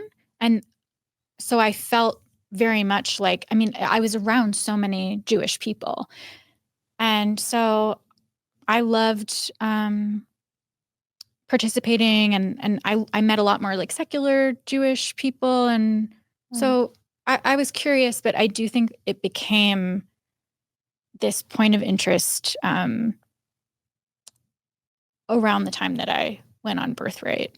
And for me, I think that more so than like identifying, it's really fascinating. My other roommate at the time, we were meant to go on birthright together. And her stepfather was a Middle Eastern studies professor at Columbia. And, an anti-Zionist. So I kind of like was also learning with that perspective, but then that contrasted with, my dad's perspective. And at the time there were like ground troops in Gaza, and my roommate didn't go on the trip. So I went alone. Mm-hmm. My dad was like, "You're still going." And that was kind of the first time I was like, wow, you're seemingly very into this. Like I guess you really feel this connection to Israel. Like, what is that? That was like my first time questioning. Mm-hmm. But I think because my trip kicked off with that conflict and trying to understand what felt like two sides at the time. I don't, I don't think I got like fully indoctrinated in the way that maybe I would have had I gone without that backstory. But I definitely came back and I was like, okay, I'm Jewish. That means something. And why did it not mean something to like my dad, for example? Did you ever get to ask him why he was so into you going back to Israel when he didn't raise you to be into it, so to speak? Yeah. I mean, we've talked about probably like one of our most productive conversations was me sort of like contextualizing for him, like my anti-Zionist beliefs and trying to share how like for my generation, our anchor point, like how heavy that anchor point to like post-World War II policy is and just what we've witnessed since that is impossible to ignore, blah, blah, blah. Different subject matter. But I asked him about it. I think it was like a political, again, like an American identity, Jewish identity thing, but not like spiritual. Interesting. Okay. Okay. So you went on Birthright, Mm-hmm. your senior year of Mhm. college, Mm-hmm. and that probably deepened your interest in religion generally. Yes, Yeah. it definitely did. I mean, by the end of college, I definitely was like, should I have been a religious studies major? Like, I knew I was so passionate, but I didn't have like any an idea of what I could have done with that. And again, I didn't feel I had like a right or connection to like speak to it or like contextualize any of these stories or anything. So you were doing journalism and art history, Yeah. thinking that would lead where with your career? To I what? wanted to work at a magazine. You know, all the like early aughts movies where women are the protagonists, they're like trying to work at a magazine. That was it. And I was like, okay, like Mhm. I guess that's the ideal version of a woman person. So I'm going to do that and like bring glory to my family. And like I was good at writing and like, so honestly, yeah, that was the thought process. Okay. And I did that. So out of college, you landed what? So out of college, I started a fashion blog. I randomly moved to New Orleans for a little bit. It was a little side plot. And I'd been doing a lot of interning, working retail. And then my first real job was as an assistant at Vogue. So through a friend, I'd heard that Anna Wintour was looking for an assistant, like true Devil Wears Prada fashion. And I cobbled together my resume. I'd like interned for this blogger, this sartorialist. I had the fashion blog. I was like dumpster diving. I'd written this fashion blog from the perspective of like an expatriate because I was in Louisiana and I was like, I don't know, it was some narrative in my mind. So here I am like typing that up about talking about like finding thrifting clothes, like writing fashion reviews, like a fake authority. And then a few months later, my blog was like printed out on the managing editor of Vogue's desk. And she was like, "You're creative, huh?" I was like, "Oh my gosh." Yeah. So I mean, there's probably no bigger fashion pinnacle than Vogue Magazine. I really got there if quick. Madonna sings a song called Vogue, that's Yes. That's a different, but yes. Not referring to the magazine in that song, but yes. Yeah, no, that felt really intense. But I didn't get that job initially. And then I was brought back in to interview to be an assistant to who was ultimately my boss. So I started working at Vogue in 2010. okay. Yeah. And there's a bit of a Mormon angle to that, right? Your time there? Yes. So while I was there, my boss handled a lot of sittings for like politicians, but also like theater, some of these less like fashion or celebrity people. And so one of the sittings are like photo shoots. So she was styling, deciding what people were going to wear for these photo shoots. And one of them was actually Trey Parker and Matt Stone for the Book of Mormon. But this was ahead of the musical coming out. So I was on set with them. We shot them Annie Leibovitz shot them at a Broadway theater. And I remember it just being this like really interesting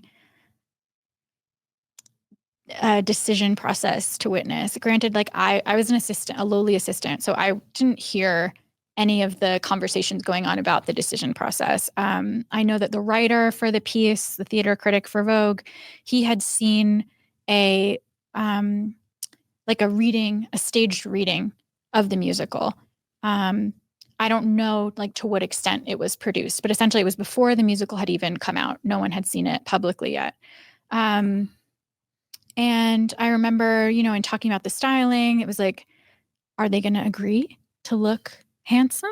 Like, are they going to wear a proper, because they were known for like taking mushrooms and like showing up on a red carpet in dresses or something. Like it was sort of like, how serious are these guys? And so yeah, I was on set with them hearing about the Book of Mormon musical. This is 2011-ish, 2010, 2011. Before Yeah. it came out. Yeah. And that was so exciting to me. Like I had been, I was like on set with Elizabeth Warren, with like Kristen Gillibrand, all these like fascinating women politicians. And I'm dishonored to say I was like so stoked about this Book of Mormon musical. Like, I don't even like musicals. Like I'm not a musical theater girly.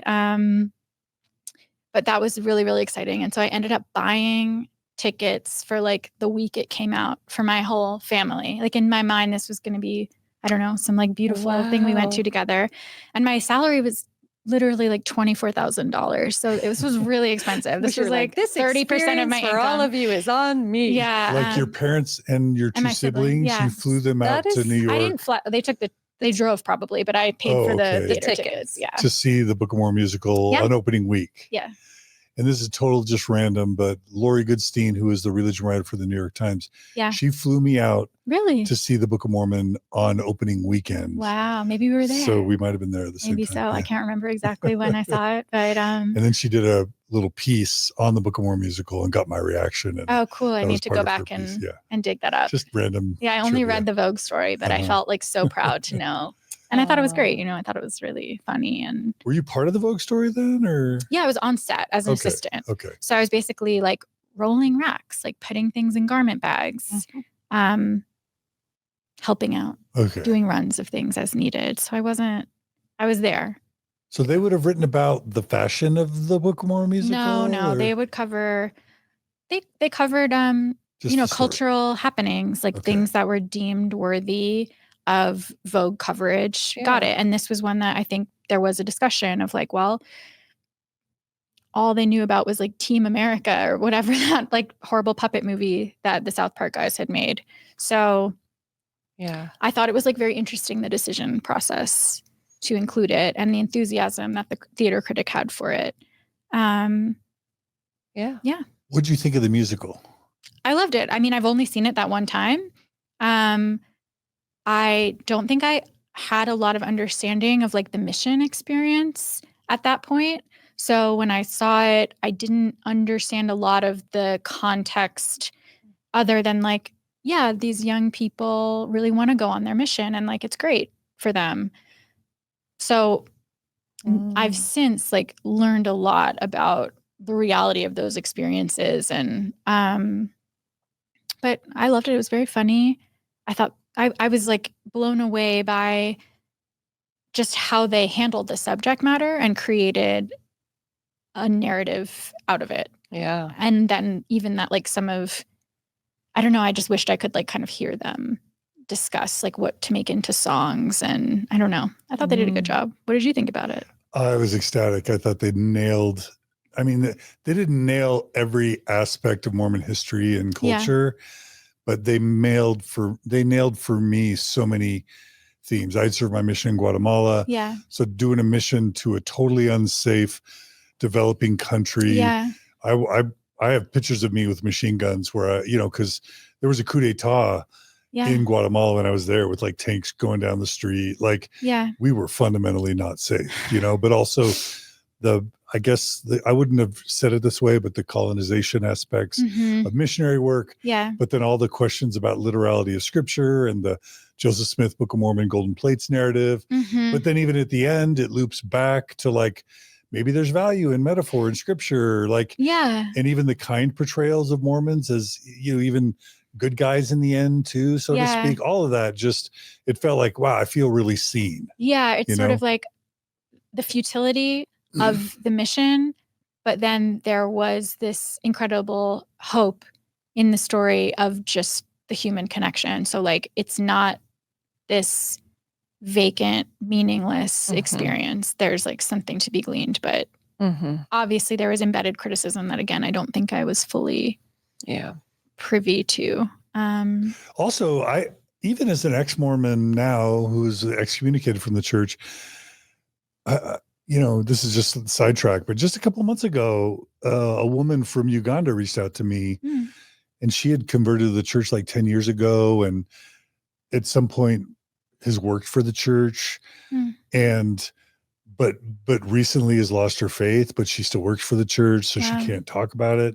And I asked her flat out, are you like, okay, you converted the church, now you don't believe it anymore, you work for the church, you feel trapped because you don't believe, but it's your job. Do you regret having ever been baptized? And she's like, oh my gosh, being baptized transformed my life in a million good ways. I'm so glad I was baptized, even though now I really want to leave it.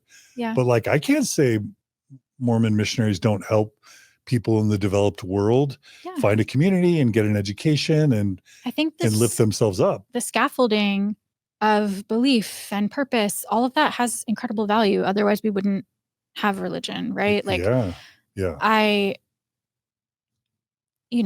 think that's part of the interest, where it's not just like villainized for me. I'm always curious, because I know how many good people believe that this is the channel through which you can do good in the world. But so I even felt they nailed that. Yeah. Because the whole Salt Lake City and the shining city on the hill, and it gives me hope and a promise of a better life when my life kind of really sucks right now.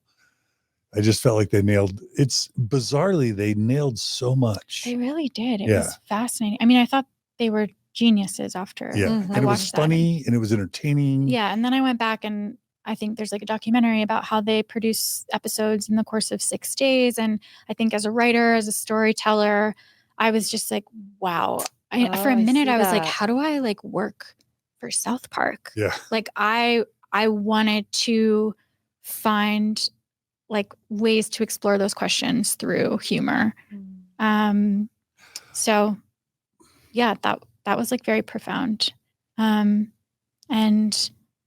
I think after watching that, I was like, okay, so now there's this like wider consciousness of Mormonism. Like maybe I will take a trip, interview someone. I don't know. I should have interviewed you, actually. That would have been for Vogue. For Vogue, yes. Yeah. And by 2012, Mitt Romney was the Republican. Correct. That was when I went freelance. I wasn't that great, like in the office, but I got a contract to continue to be a writer at Vogue. You didn't enjoy staying full-time office employee for Vogue. Was it your thing? No. And I think I just like was really ambitious and wanted to primarily be a writer. And then my boss left the magazine, she was kind of my mentor, and the person who came in was very close to my age. I actually formed a wonderful friendship with her. We're still friends to this day. But I think at the time it was just sort of awkward to be like the exact same age as my boss. So that was that. Then I started working from home and freelancing, and continuing at night to just like read about Mormons on the internet. Do you remember when you first heard about Mormon Stories and watched your first episode? I can't remember when I watched my first episode, but I heard about it early on because I studied journalism. And, the head of the journalism department, my orientation was like, there are these things called blogs. Like, think about writing one, could be fun. And by the time I graduated, it was like, you have to know how to write for the internet. Like, so much had changed so quickly. And so I found Mormon Stories because it was such an early podcast, and I was curious like what that medium was. And I had friends who were interested in pursuing radio. And because I was just always looking up Mormon stuff, I found it. And I can't remember like what episode I listened to first, but it was probably it was definitely like, there wasn't like it was on the website. There wasn't like a hosting place to listen. It's probably audio only at that point. Yeah. Oh yeah, definitely. Yeah. And then I kind of came back to listening regularly. I can't pinpoint, maybe like around 2012, somewhere in 2012, 2015. Would you have heard about my excommunication or the ordained women movement or any of that? Weirdly, it was covered in the New York Times, but most Mormons still have no idea it ever happened. Yeah, I did know that it happened. I can't remember if it was like from hearing you talk about it on the podcast or if I heard about it outside. But I remember like catching up on your story at some point, maybe like 2016. Like I feel like I was like feeling kind of depressed, so consuming more Mormon content. And I remember around that time, like putting together the pieces actively of like who you were and your excommunication and what that meant, and just sort of the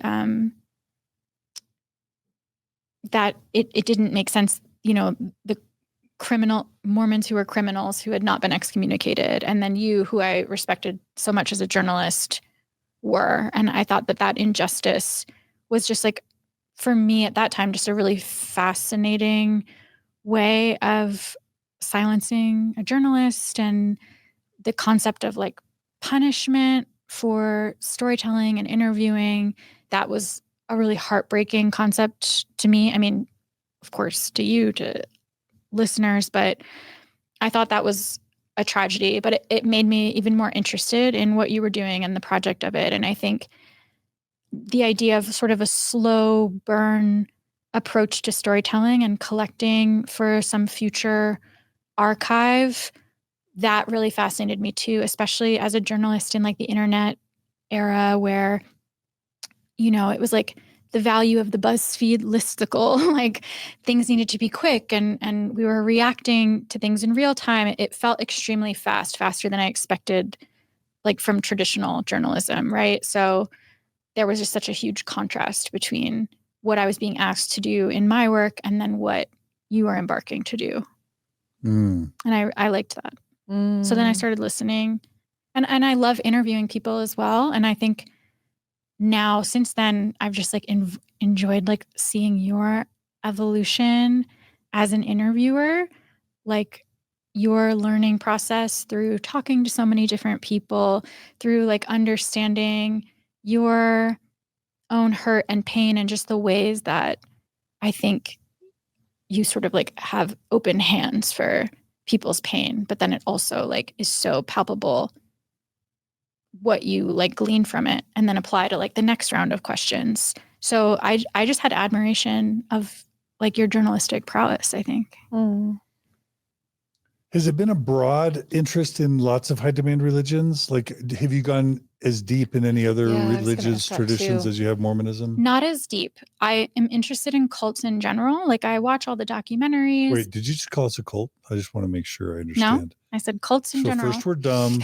Now we're a cult. John, you're coming on I'm our gunning show for my role on the Secret Lives of Mormon Wives panel. Don't turn the audience against me. Okay.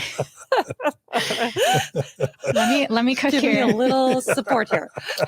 No, but I think because I was interested in cults, the question those other that you people. grapple with. Yeah. Let's talk about who brought it up. The question of what is a cult, and I think our collective like process of understanding that, and the application of, the bite model to all these different things in daily life. I'm sorry. You totally derailed you. You could say Vogue is a cult. Like there's a lot of things that are cults, right? You said New York's a cult. I don't know. It's not. Like, anyway, guys, I don't mean it. Okay. No, it's good. No, but I did research, name a cult. Like Scientology. Jehovah's Witnesses. Yeah. NXIVM. NXIVM, of course. Yeah. I know all about that. But I don't think, I mean, I read Going Clear. So I did read that entire book, and I have read some like ex-Scientologist books and the NXIVM memoirs and listened to the podcasts about that. I've done deep dives, but nothing as far as I have with the Mormon Church, LDS. So we're your favorites. We're your number You're one. my favorite. So for me, one of the funnest things to do is to get outsider takes on Mormonism. Mhm. So I've probably got 1,000 questions I could ask. So can we Great. jump in and hear your views on various things? A little lightning round. Yeah, let's do it. So, I often say that most modern Jews don't view the Old Testament as historical, that they Mhm. wouldn't even necessarily believe that Moses existed, even though he's technically the founder of their religion, but Correct. definitely not Abraham. And they definitely wouldn't necessarily view those Old Testament stories as historical. Mhm. Can you validate whether that's true or not based on your experience? That's true in my experience, though granted, most of my experience has been with Reform or conservative Jews. But isn't that the predominant strain of Judaism in the United States? Yes. So Yeah. yes, that's my experience, is that these stories are extremely sacred metaphors. They contain ancient wisdom, and the context is spiritual, and the symbolism is everlasting. And it's a story that is an archetype that's forever relevant and becomes the story of all of us in seeking, our personal freedom, what have you. So, yes. And so if I were to interview someone raised Reformed Jew, Mhm. and I said, what about Noah? Did Noah put two of all animals in an ark and Mhm. the earth was flooded? They would say what, likely? I imagine they would say no.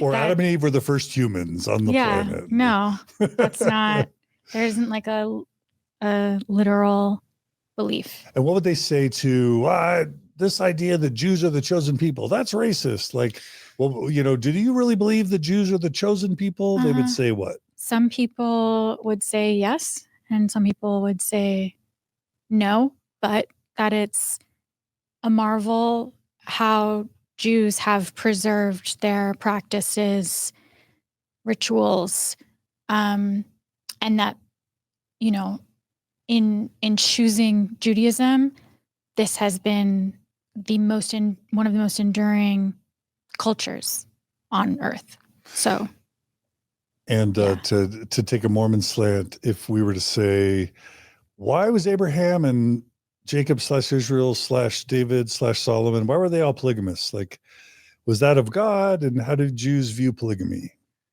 gosh, I don't actually know. Yeah, that's fine. Have you thought about that y'all started this polygamy thing? Wow, what an accusation. I say that tongue in cheek. I mean, it's so funny, right? Because I definitely think that our idea of the ancients, even though like we don't even know that cognitively they were like so different than us, right? But the way that it's framed is that these were ancient times in an ancient context, and yeah, fine. Okay, Jews invented polygamy. Like, that's a man problem. I'm fine to blame them. Men applied it. The Mormon men applied it. This is a you guys thing that you want to keep around. And it wouldn't have been Jews. It would have been, it would have been all men. It would right? have been just, it's like not a novel idea. What about how would Jews maybe look at, or how have you looked at the genocide in the Old Testament? God's sort of divinely sanctioned genocide. I think that that's something that has kept me from having any kind of like spiritual connection to God, like God the Punisher, this ultimate authority, whom we're all appealing to and who like applies judgment. That's never made sense to me. And again, like I converted to Judaism. I don't know if I've said that yet. Yeah, do you want to talk about that for a second? why don't Sure. we? Yeah. And what made you interested in that? Yeah, I think it was this. This was 2010. I was working as an assistant at Vogue, and early in the mornings, I would go like meet with the rabbi and do lessons. A Reform synagogue or a conservative synagogue, actually. Conservative. Mm-hmm. But it was also like the closest one to my house. It's like I wish I had this like profound reason, but I think it was just like part of the search. And then I Tell us the difference really quickly between Hasidic or ultra-Orthodox, conservative, and then Reform, if you don't mind. Like Lieberman was conservative, as I understand it. Correct. Yeah. I think it's in like how much you want to opt into, basically, is like the easiest way to put it. Like there's all of these rituals, practices that you can do to please God effectively, and also just like express the goodness of our humanity. And Orthodox Jews do the most of those things like keeping kosher, women covering their hair, wearing wigs, Shabbat, or whatever way, keeping Shabbat. And then for conservative, it's like maybe you keep kosher, but the ideas of like modest dress, maybe you wear a kippah, maybe not. It's What's like that? The yarmulke. Okay. And then with secular Judaism, like it might even be or Reform Judaism, it might even be more of like a humanist slant. As you mentioned, it's like there's an option to be secular and like engaging in the rituals, I think. There could be a lesbian atheist rabbi 100%. in Reform Judaism. Yeah. So I think it's just like how much you're going to do. Mm-hmm. So conservative, that's a conservative rabbi that working for Vogue. I know, that's weird. It's very strange. Did you think of it as strange at the time? I was dating a man at the time, I guess it was like, I felt like I wanted to have a Jewish life. And maybe part of that was in reconciling with like compulsory heteronormativity. I was like, well, if this is what the options are, if this is how you lead a life, like I think based on my experiences, like I'd prefer to do it this way. Can I back up for just 1 second? Please. Interesting. So like you go to New York, you graduate from NYU, you get a job with Vogue, like you're living what many people would say is like the pinnacle of, I don't know, modern intellectual living, right? Yeah. So you would think, okay, she's arrived, she's made it. Yeah. She has liberal sensibilities. Yeah. So like this is her ticket for like liberal ecstasy. And yet you're Did not. you talk to my dad? No. And yet you must have been feeling a hole or incomplete or not happy or fulfilled if, number one, you're considering marrying a man, and number two, you're seeking out religion. Can you tell us emotionally, psychologically, what's going on at that moment? I think that I felt very emotionally separate from my family of origin. And I was like, well, either there's something wrong with me, or like I just didn't understand what seemed to be the life that they chose and like the logic of those decisions, and what was like acceptable behavior and love from what I could discern from them. And so I think I was confused, honestly. But not happy. I mean, it's hard to be cut off from your family. Well, I wasn't no contact with them at the time. Let's just say disconnected. There was a disconnect. Yeah. And I think I was trying to, I particularly felt a disconnect from my mom, and that had been for a really, really long time. But I still, in my mind, felt that, my dad was kind of this separate entity, right? And now understanding more of like family dynamics, I've since credited him where credit is due, let's say. But yeah, so I was like, okay, like I take after my dad, like I'm just of this other side. So I think part of it was maybe distancing from my mom as well, and trying to like feel that didn't matter, that we did not have that connection, which is pretty fundamental. So I was seeking that. I think part of it too, again, like I wanted to like be established as a New Yorker. And so like claiming my Jewish identity was a bit part of that. And as I said before, like it did feel kind of tragic to me that after thousands of years of being Jewish, like my generation was going to be the one that just wasn't anymore. Like to me, I was like, what? Did we gather and talk about this? Like it just felt sort of so passive that I wanted to be active and just see what that felt like as a contrast.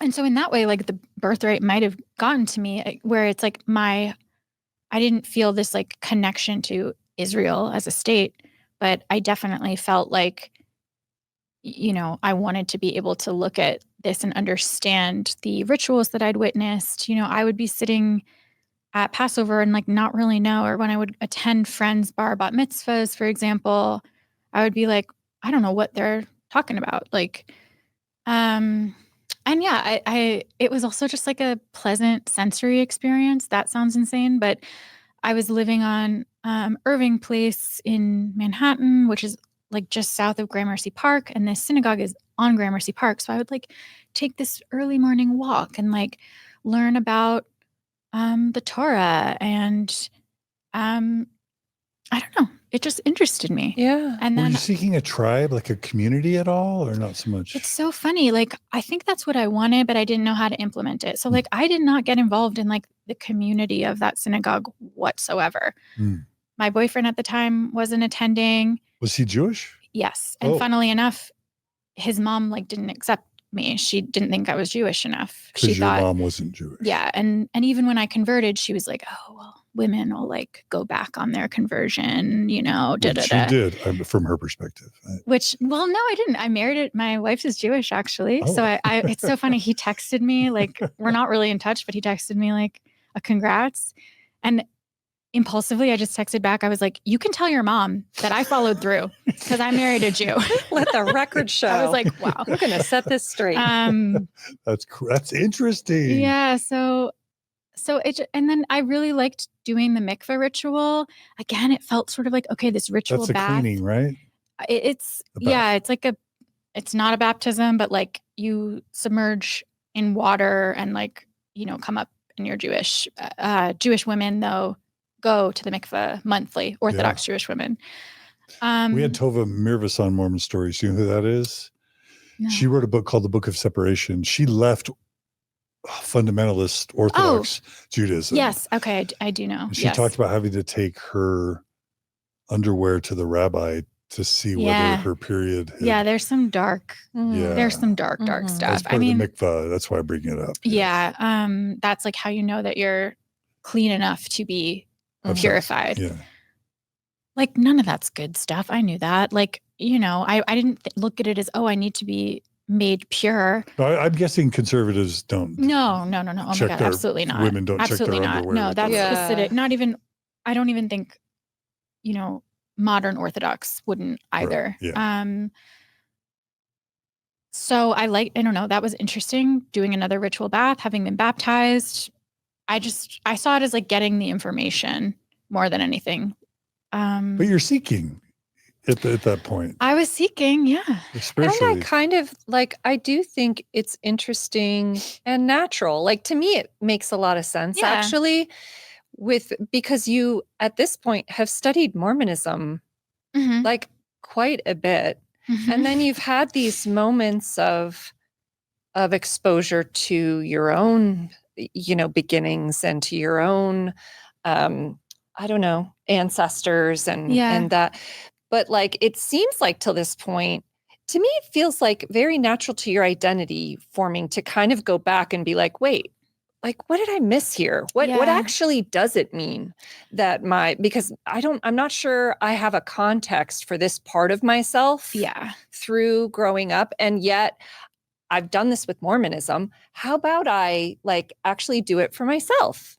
Definitely. I mean, I think I felt that my parents hadn't done the work, hadn't decided, that they'd sort of been passive in their choices, in their beliefs, and that was hurtful to me. I think especially since I was someone prone to intellectualizing, I kind of took that pain and I was like, well, like, let me see what the options are here, or if I could have known something, if there's some piece of information Yeah. that I can understand, then I'll be able to choose to like form a life to, it's not that I was like seeking God. I Right. just like wanted to know. I wanted to like choose something. That's I right. think. And almost see like, let me just see if there are any pieces of this that could build a scaffolding for me I for was a genuinely life. curious. Like I think it is interesting simultaneously working at Vogue. Like that was my religion kind of at the time. Like I thought that being the in this like ivory tower of culture, being in proximity to those who are like making decisions about what's beautiful, what's worthy of examination, like what everyone else should aspire to me, that was like spiritual, but it wasn't fulfilling, like it was this huge achievement of proximity. So yeah, it was all just like gathering information. Well, totally, just because I like to make connections. Just this last weekend, an ex-Mormon woman named Lauren Jackson, who's a New York Times religion writer, she published an article called "Americans Haven't Found a Satisfying Alternative to Religion." Is it any wonder the country is revisiting faith? And even though your timeline, 2010, 2011, is 15 years prior to this, it reflects what I think all ex-Mormons and ex-religious people should sort of just be aware of. You raise secular kids with no religion, there's at least a decent probability that they will at some point long for either spirituality or community and seek some sort, at least investigate, if not end up joining some sort of either religious tradition or, even worse for some, potentially some dangerous cult or sort of cult substitute. I think that we all have the question of worthiness. And we want an answer to that question. You didn't say meaning. Worthiness. You didn't say morality. You said worthiness. Yeah, That's I mean, because to me, there are other sources of morality, right?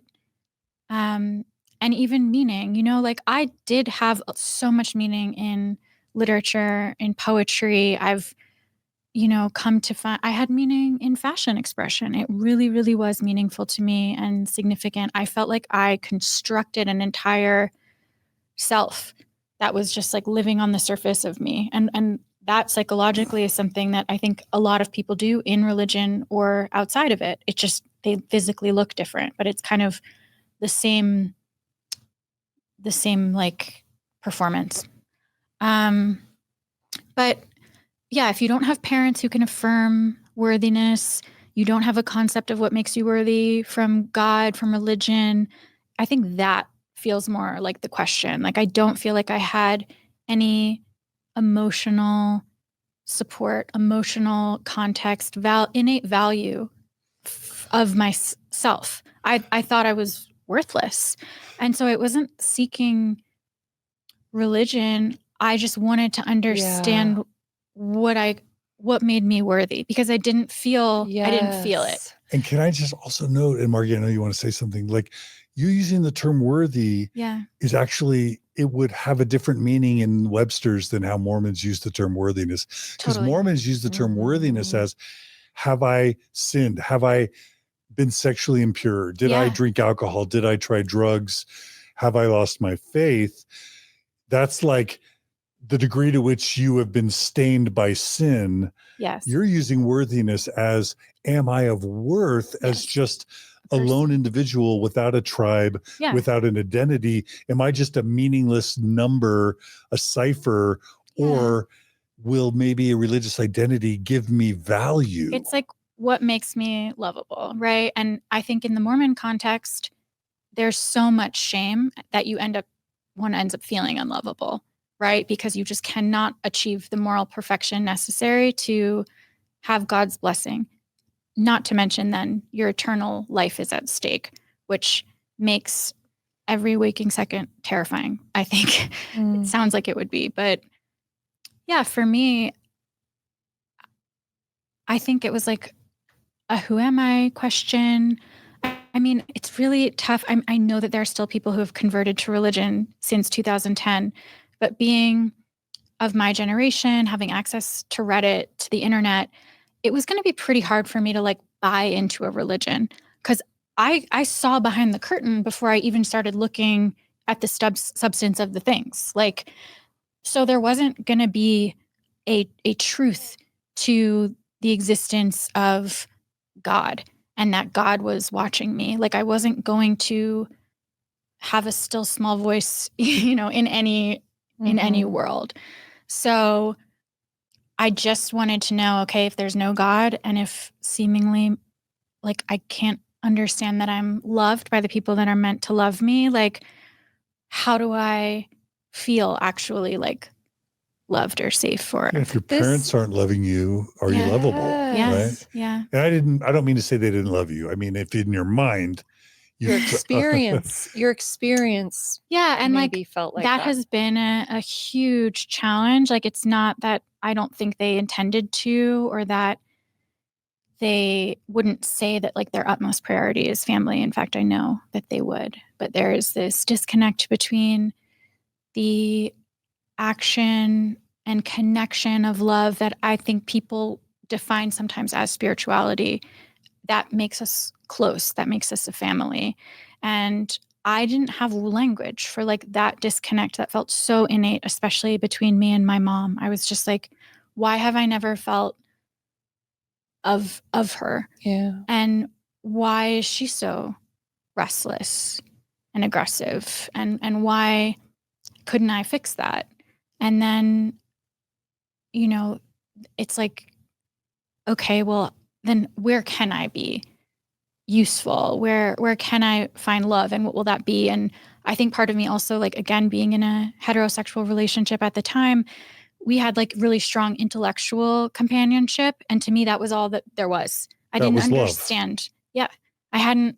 I hadn't felt it, which, I think I've heard a lot of people on Mormon Stories describe that sensation of like, how could I have gone through this first huge part of my life and not have felt love? But I had like all of these things that it was meant to be, or this way that I could prove myself worthy, this impossible task. And they are like echoing impossible tasks. And like, that's the way that like religion is set forth, right? It's like giving you an impossible task that's going to consume you for a lifetime. So yeah, that might be it. Yeah. Thank you for sharing that. Yeah. That makes a lot of sense to me, honestly. I mean, I'm realizing it right now as we're talking about it. It's kind of like, yeah. You just gave me the aha moment that the Mormon narrative sucks people in by saying you're a child of God. He loves you infinitely. You can be a chosen people. You can be a part of God's one true church and have eternal families. It gives you worthiness in that narrative, and then sneakily takes it away with the law of chastity, the atonement, the sin narrative. So it gives it and it takes it away. It just didn't click for me that like Jesus loved me, right? Like I still kind of don't understand when people describe, like, I realized I was like unconditionally loved through this concept of the sacrifice of this person, this man. I mean, maybe there might be something, tied to gender with that, where it's like, I'm meant to sort of like find my way to the beauty of this gift that this God gave his son. Like, I'm like, okay, well, who's God's daughter? Like, what are you talking about? I never read a story where like someone was truly the daughter of God. We're just like, as a whole, you're just meant to like know that. And I'm like, well, this setup doesn't imply that like that's true, that that's love. I don't feel it. Yeah. So it didn't work. It didn't click. And also, I think in the early aughts, times when I was in churches or witnessing religion and purity in high school, oh my gosh, people would read books called like He's Hot, She's Hot. And it was like humility, something. And like it's just like all these phrases and purity rings and things in the mix that seemed so insane and like never seemed to actually like be effective. And I didn't know what the end goal was for society. Still don't, but yeah. It's just confusing. I do think it's interesting as you're talking to kind of reflect on this idea of growing up as a child and having emotional basic needs. Like there are needs beyond, clearly there are needs for shelter, food, right? Safety. Yes. And that emotional safety component too, as well. But I think this idea of feeling seen and feeling known, and how sometimes, we don't get those needs met in our families of origin for a lot of, reasons. But I think then it creates this pursuit. It can be conscious a lot of times, especially if you're young. It's unconscious of just trying to get the need met. And what I'm hearing from you is in some ways, this being part of trying to get a need met. And in many ways, I'm seeing you, and I'm really curious, but I'll hold off for the love part. But like, it's kind of like, number one, what do we do when we're trying to actually create a blueprint for love? Like we didn't receive one that we actually want to experience, right? Or duplicate maybe. And so what it means to actually, as you're living in real time, to try and create your own blueprint for a love that feels nourishing. Yes. Let's go there. What happened with your boyfriend and with the church, with the synagogue? If you want. Yeah, I mean, I converted. I realized I was gay. It just became like I couldn't look away suddenly. I had a shelf break moment, I guess you could say. What does conversion look like? Mormon conversion is like we joked about earlier. Pray, feel some overwhelming sense of emotion, decide that it's true, and then feel like you're supposed to follow it. What was conversion to Judaism like for you? It was answering questions. Again, it was kind of like a rigorous intellectual exercise. It wasn't like, do you believe in God? From what I recall, if it was, that didn't register, but I don't recall feeling uncomfortable or lying. And I know that I wasn't like in it to believe in God. Right. So I answered questions with the rabbi, had a conversation, and then went to the mikveh, and you get into the water and you say some Hebrew prayer and you get out. That's it. How was it? Was it a sacred experience for you at the time? Did it feel different than you thought it would feel? I really, really wanted it to feel sacred or put some punctuation on my Jewish identity. But I think it was actually like putting punctuation on my belief that maybe that would answer some question or like feel like home or something. It didn't. No, I got out, and I remember like my boyfriend gave me a necklace or something, and I was just like, okay. And then it was like the rabbi expected that we would make a donation. This was like an unspoken, that like you'd make a donation to the synagogue. And I hadn't thought about that. So I remember I like called my dad. I remember my dad had been like, do you want us to like come or like what? But then, I like asked him to like write a check to donate to the synagogue because I hadn't realized that was part of it. And that was just strange. Kind of like a financial quid pro quo. A little bit. Religious. Yeah. I mean, I sacramental I don't know. context. I hadn't thought about it that way. Yeah. Yeah. And so I think that just felt odd. I was like, did I just pay to be told I'm Jewish? Like, again, it wasn't explicit. I think it would have been fine even had I not. I think I just was so afraid of having like done something wrong or, But you didn't feel flooded with worth? No. Or value? Or no, whatever. I mean, there's value in knowing like the rituals and feeling like I could participate. So it was almost like there's potential, but no, like I still. So disappointing?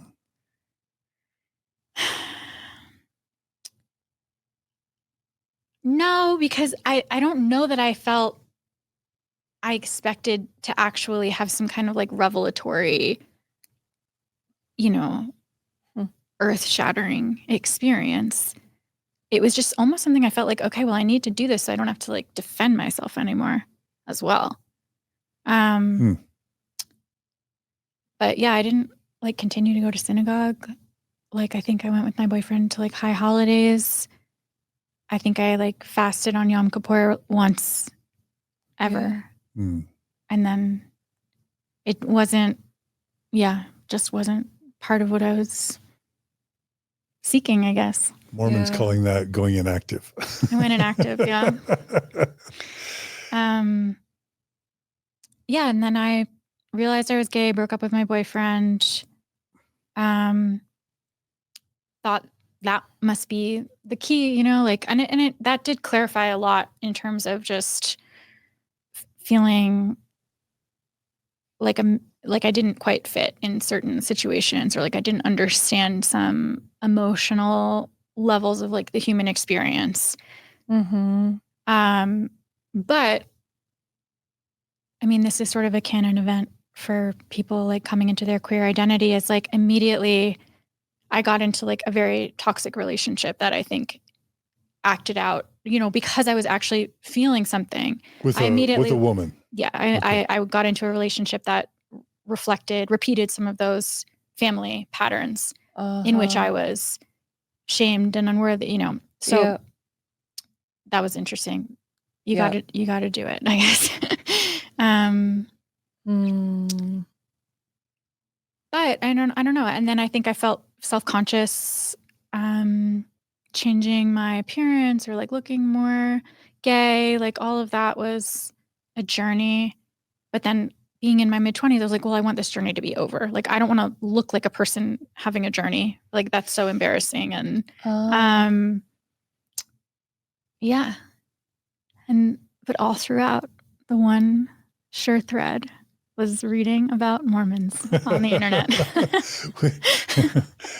We're happy to be here for you. Yeah, thanks, John. It was all you. No, I mean us as a people. I'm speaking for Mormons collectively. We're proud to be happy to be here for you. No, I'm kidding.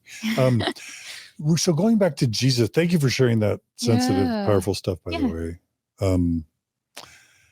way, so moving from like your views on Old Testament and Judaism to kind of the presentation of Christ or Christianity, and you talked about how you struggle with the idea that Christ could know you and love you individually and love you unconditionally. That makes sense because, I mean, and this may sound coarse, but like, Jews don't believe in Jesus at all. So the whole narrative of Jesus is that he was Jewish, but he came to improve and upgrade Judaism to the higher law. Yeah, it's like Christianity is a Jewish cult, you know? It's like, or a fan fiction, like a derivation, right? Fan fiction, yeah. Like Bible's Jewish fan fiction, basically. Yeah. New Testament is Old Testament fan fiction. So I just wasn't primed for it. And I think that part of it, like, my parents were not like authoritative. There wasn't like a punishment structure really, despite the fact that there was like aggression. So I don't know. Yeah, in my brain, I just couldn't accept Christ into my heart. You're saying because your mom was maybe raised Christian, represented Christianity, but maybe didn't represent the most. Yeah, it wasn't like a right and wrong. Like, it's not like right and wrong were concrete, to me. Right. Yeah. So, and like, I think for many people in religion, you learn about right and wrong in the context of that religion. Yeah. So, there wasn't for me like going to be an authority who had created a book that gave that. I also just had read too many books. I think like the variety just made it seem impossible that one text was the one. Did you ever think about just the implications of like God having his favorite son, but his favorite son needs to be killed and tortured so that he can, and there's a Jewish element to like the sacrifice of the lamb or whatever, like Abraham and I. Yeah. Like, Jesus was the innocent lamb that needed to be sacrificed as an atonement for the rest of mankind. Yeah. Did you ever spend time thinking about like your reflections on that necessity of the torturing and killing of Jesus to redeem mankind from their sins? Because that's not Jewish, right? No. That's uniquely Christian. Right. I mean, I think now that seems horrible. Like, why would that be an ask, and what does it accomplish, and what is actually learned? And it's strange to like be so grateful for someone's torture. And to have that as like this representation of like, that was done for me, like to take away my sins. Jesus died on the cross. So then it's like hanging over you, right? Like, oh my gosh, if I, make a mistake, I'm deflating this incredible sacrifice that not only a person, but like this divine person made that was meant to like wipe away my sins. But I can still sin, but that's me then. It's just like an endless loop, right? You're just like, what would that be for besides to like control my behavior? It's kind of coercive. It's just coercive control. And like, I think having, even outside of religion, a lot of different systems, institutions, people can apply shame, their idea of right and wrong, to coerce the kind of behavior they want from you, or confusion, just to create and maintain confusion so that they have control. And that feels like what God has done in that context, is like, I'm wielding what you ultimately did. I did this for you. You've made this grave error. You're a born sinner. And I let my son die for you. What are you going to do for me? How could you ever repay? How could you ever be worthy from that ask? So it's just kind of like held over your head in Christianity. Again, if this doesn't sound right, it's because I never was a Christian. I don't know. What about the idea, Christians often look at Jews as like, they're sitting around waiting for the Messiah to come, but they don't know he actually did. You know what I mean? And that Christianity is an upgrade to Judaism. As a Jew, or as a slaps you or a secular Jew, is that offensive? Is that comical? Like, they're welcome to think that. I just don't care. Like, what, you know what I'm saying? Like, it's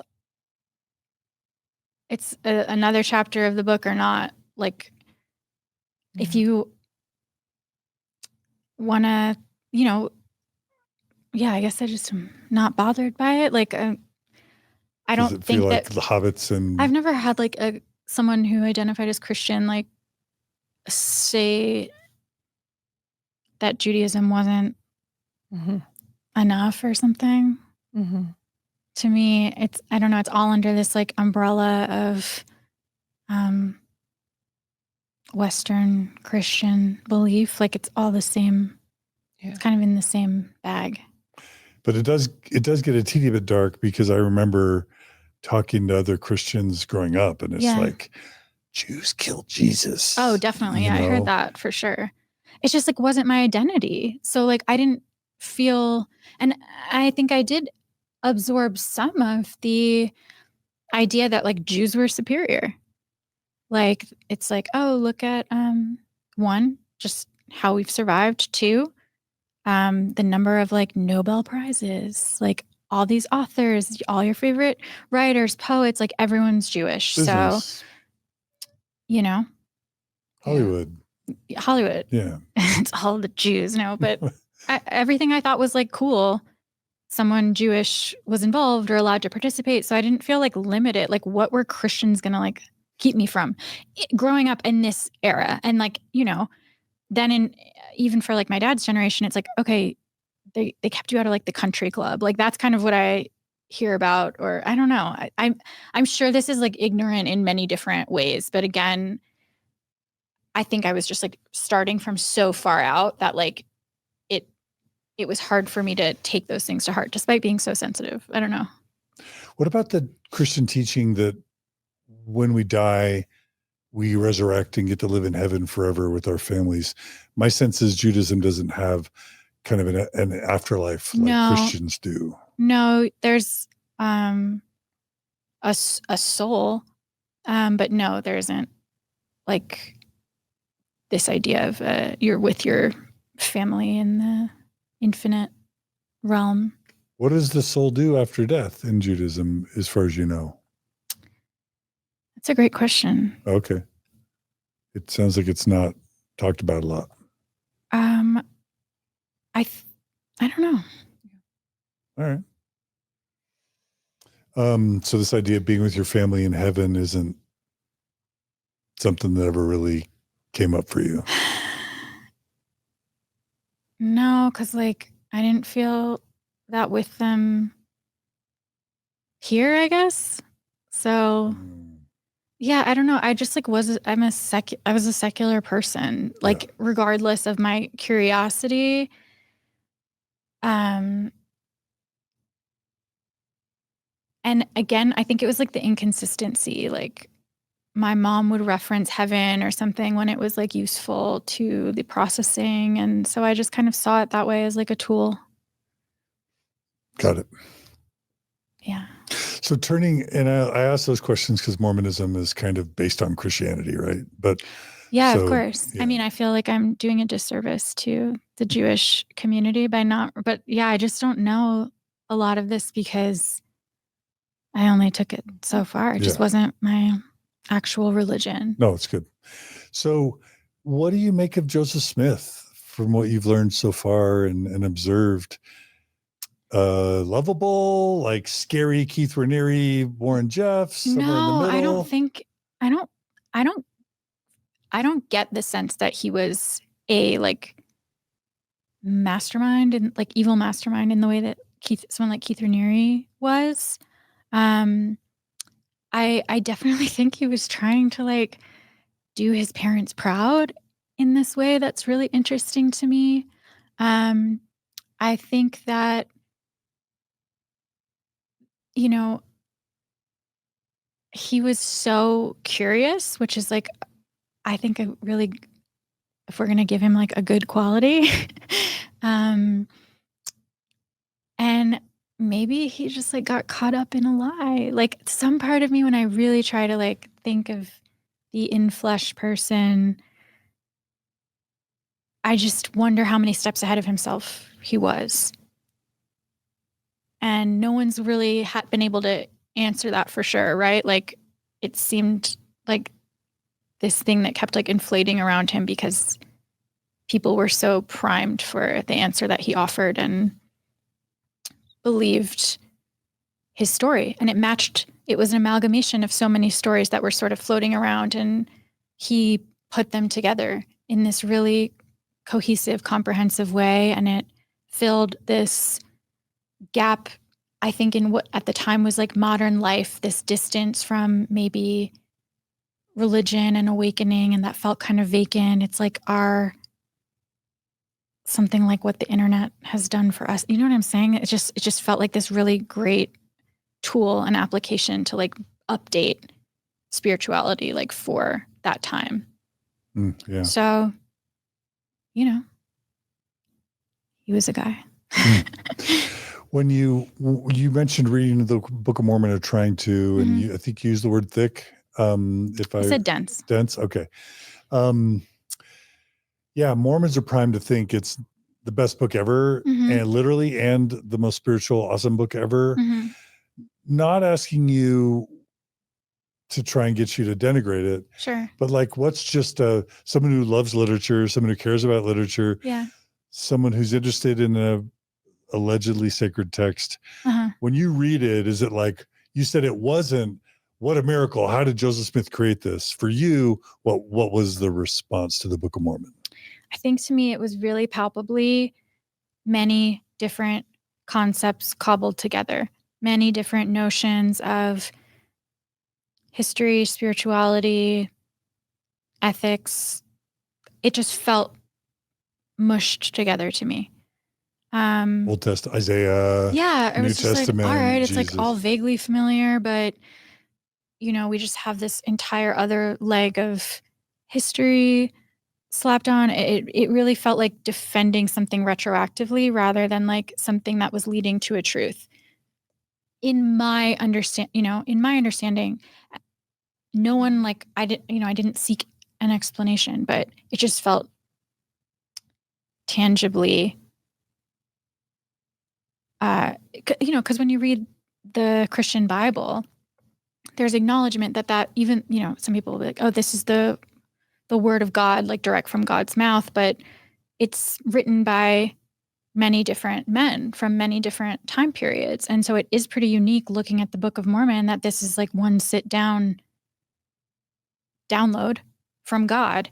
That didn't seem to be how the Christian Bible came to be.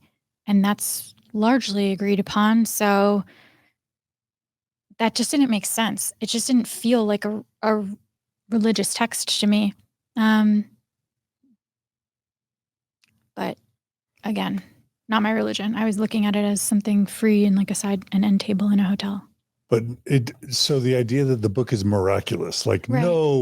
no late teen, early 20s frontier man in the 1820s Right. could have come up with a miraculous book. That wasn't, Absolutely not. I mean, his brother Hiram was college educated, taught him a lot, presumably. I think that he was a well-read young man. I think that there was this religious fervor of the time that it's like he was following a lot of threads. So even though it might not have been education in the way that we look at it now, lots and lots of people did not have traditional education back then. Lots of incredible writers, So to me, it seems very plausible that he could have written it. Joseph was a sole author. No, I don't think he was maybe the sole author, but that he was a creator. Okay. So not a miraculous, inspiring book to you. Was it to you, John? I tried really hard. I really did. And yes, it became inspiring to me at different points in my life. Yeah, I didn't. But it's like the Rush album. If you listen, it's like 2112. If you listen to anything enough, you're going to fall in love with it, right? If that's what you keep receiving, it's like, I don't know. Even thinking about the power of like words and language, eventually you're reading and rereading this becomes your definition of miraculous. This becomes your definition of sacred, holiness, right? of inspiration, of illumination of God. This is where you're getting the words, the language to apply to the feelings of spiritual awakening, even of love.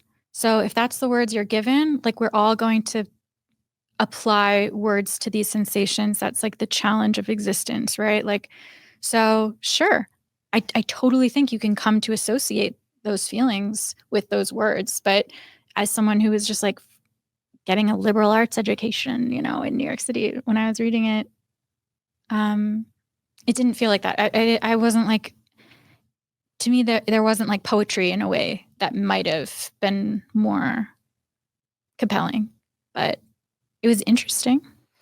What about, as a Jew, what about this narrative? And this is calling back on South Park and the Book of Mormon music a little bit. Yeah. This idea that ancient Jews built boats and sailed to America, the fact that Native Americans were originally Jewish, that evil Jewish Native Americans were cursed with dark skin, but they killed off the white-skinned Jewish Native Americans. I mean, there have been stories making Jews out to be evil for as long as there have been Jews. So again, I wasn't like, wow, what a novel invention from this one man. Like, no.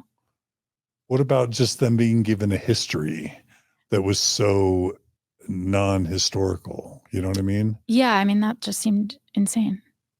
Like Native Americans have Israeli blood versus Asiatic, Mongolian, whatever blood. Yeah, that I never like considered the probability of that. Like I was always receiving it as something untrue, that I was trying to like examine the text that brought people to that understanding or to the values that were so inflexible, to the way of life that was so successful at like creating this certain degree of homogeneity and belief, and even like the aesthetic expressions of it, of just the culture, like how it formed. So yeah, I don't know. Like, I think because in terms of like my own Jewish identity, I don't think I would be like taking that personally, if that makes sense. I wouldn't be like, oh my gosh, they're taking something like sacred to me and implying it in this false way.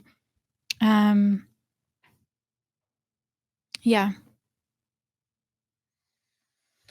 And so if somebody were just to say, how valid is it that Native Americans were Jews and that the Book of Mormon was, the accounts of Jesus coming to the Jews who were in America, and just that whole narrative, you would say what to? That's some American exceptionalism, and it's toxic, and that was just this way to anchor the white patriarchy here to what was like widely believed as this ancient justification for power, violence, white men doing what they want, I guess. And I'm just thinking, if somebody wrote some book about Mormons that claimed to be a Mormon history, Yeah. but really it's just made up stuff that almost felt like fan fiction of another religious tradition. Yeah.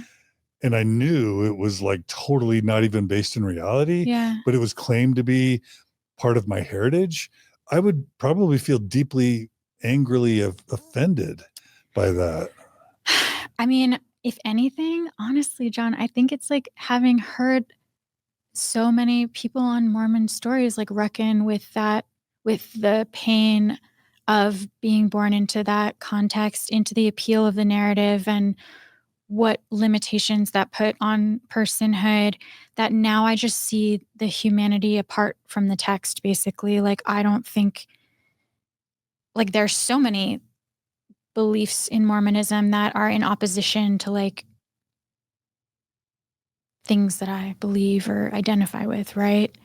So I guess I just see people like creating stories to soothe themselves in so many different realms of life, and I think it's hurt Mormons more than like it's hurt me as a Jew to like have that belief. Interesting. But I don't want to speak for like Jewish people. I'm sure in my learning there was a part where I was like, who the hell do you think you are? And now I think I've just seen so much of the individuals, even people coming from places of power in the religion. Yeah, it's like, I don't know. It's like, who would I be faulting exactly? Does that make sense? The only time, yeah, it does. The only time I've really heard of Jews even paying attention to Mormons is when it was discovered that Mormons were baptizing Holocaust victims in the baptisms for the dead in the temples. Yeah. Otherwise, we probably weren't even a thought. I mean, y'all are new. It's just, why would we care? No, but that's like but you do care. No, I care. No. I'm saying in general, me specifically, I deeply care. I know, but it's like it's not even like a religious question. Like, to me, my observation of Mormonism has been this curiosity in like, how long can we sustain these lies, I guess. And I don't even mean specifically in the Book of Mormon. I just mean the white heteropatriarchy in the U.S., like American exceptionalism. How far can it crumble? And I think watching people learn truths about the church, leave the church, is sort of like watching this mass consciousness shift in the U.S., if that makes sense. What do you make of Joseph Smith's sort of final 4 years where he's marrying 14-year-olds, marrying women married to other men, marrying over 30 people, lying about it, like running for president, implementing baptisms for the dead? And, what do you make of his last 4 years? I think he got a little Keith Raniere there for a minute. But So I don't think that's where I'm like, I don't know how. I mean, I guess this is true of like all of these like cult leaders. Sorry. I'm just like, how far ahead, again, if we're talking about like someone desperate to like get some kind of needs met, like have this affirmation through power. I don't know, but yeah, like I don't like that.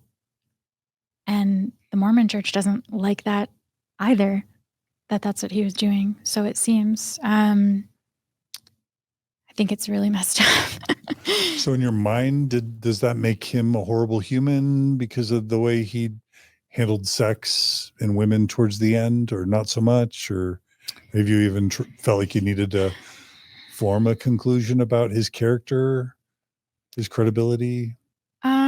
I think to me, it's more like the myth making of him than his actual acts as a person. I mean, no, of course I condemn all of that behavior. I kind of condemn all of it, really. But I think, what did the myth of what he pronounced do for people that it became such an effective, unifying story and symbol? So it's not even that like, Joseph Smith did all of these terrible things. It's like, why do we look away from so many terrible things? Not just Joseph Smith's behavior, right? And so I just like makes me curious, because it's like, this might be sort of a bleak outlook, but I'm like, again, he doesn't seem like that creative or innovative of a man to me in terms of how he treated women, in terms of his like sexual aggression. That is the most boring part of the story, because it's almost I'm like, pedestrian, and it's redundant. It's not this like novel chapter in something. So I'm not sitting here thinking like, what do I think of like this behavior? I'm like, that's the given of the equation. It's what it's packaged into, how it's hidden, and that there are, behaviors of men that are like hidden and excused. I mean, even when you make comparisons between your excommunication versus people who commit sexual crimes, that's the interest point. Who that's aren't where, excommunicated. Exactly. I'm sorry. Who aren't excommunicated. Yeah. It's like, okay, that is Joseph Smith's legacy, right? And that interests me much more than actually thinking about his day-to-day life. Though I did love seeing like his locks of hair at the Pioneer Museum. But that might have been the first time I was like, oh my gosh, yeah, that was a guy.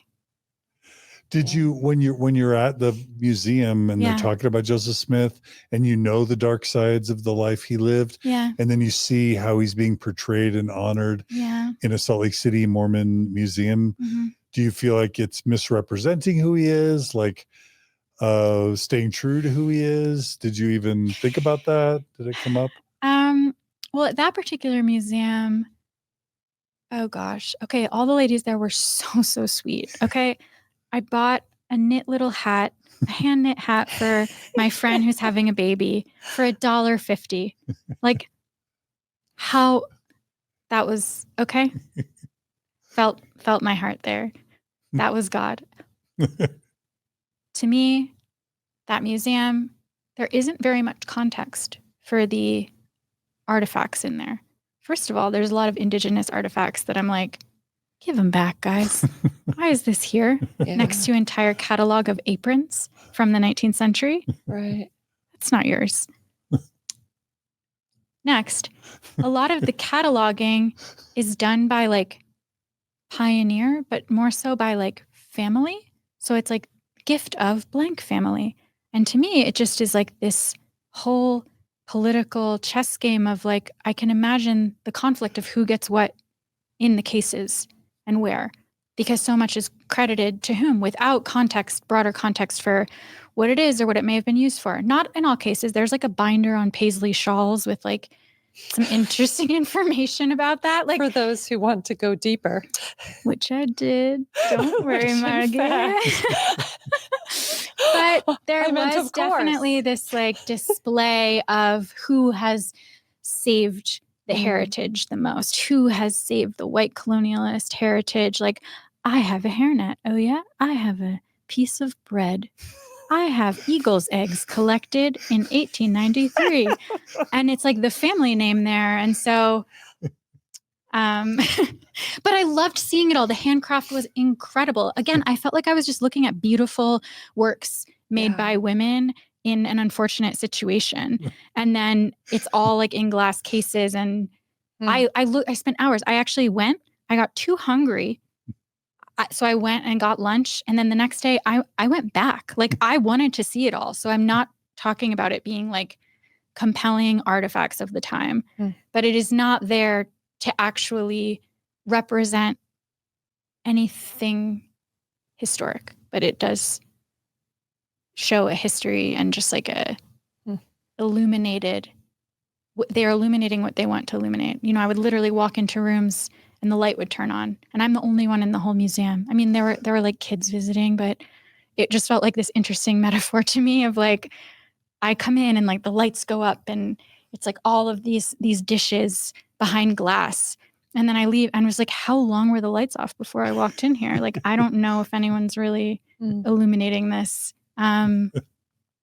So does that make sense? Yeah, like, I know does. you're like inquiring, Awesome. like you talk to religious people from a religious background a lot. And I felt like I kept sort of like pulling on the rope and I can't extract it, or maybe I'm pulling on it this way out of myself, but it's like, and this might also be a gender thing. Like, I don't think I've had the opportunity. And again, I know there's so many incredible, like, Jewish women scholars period. Like, I'm not saying it that way, but I don't think I ever was given the context where it's like, oh, I can think for and speak for like Jewish identity. Like that was flattened so early that even though I've converted, even though I've explored it, even though, you know, I've held a Passover Seder, it's just never for me to speak to or compare. Like when I see it, I'm like, oh, is that even, except for in a contemporary moment where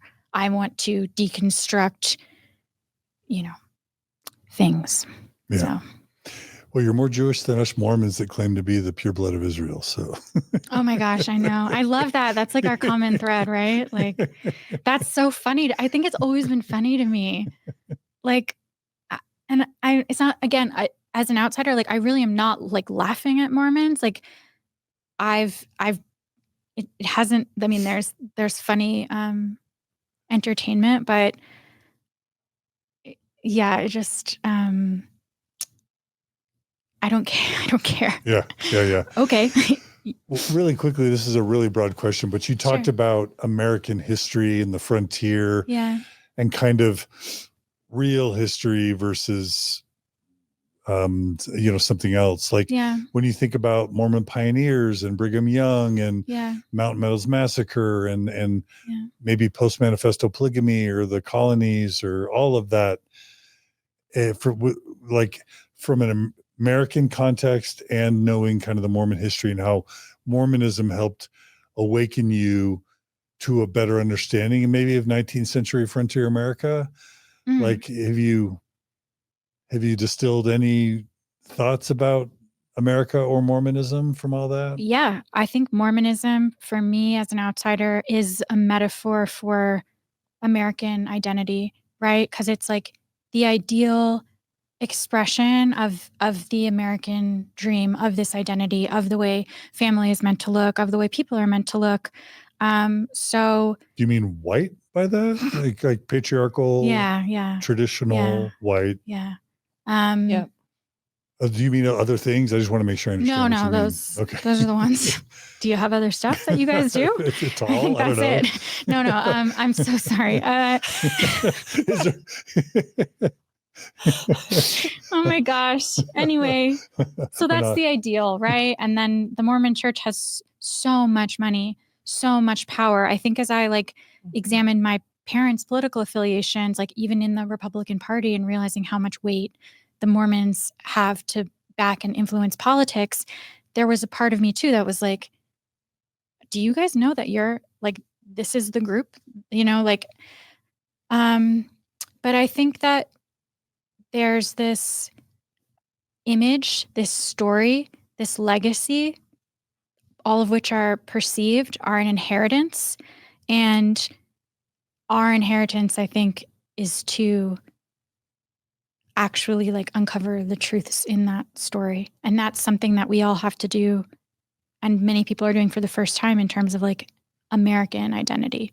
So we're all, it's not the exact same culture, but looking at how people are devastated to find the reality of what the Mormon Church is, I'm like, yes. And the story of America and our history and government.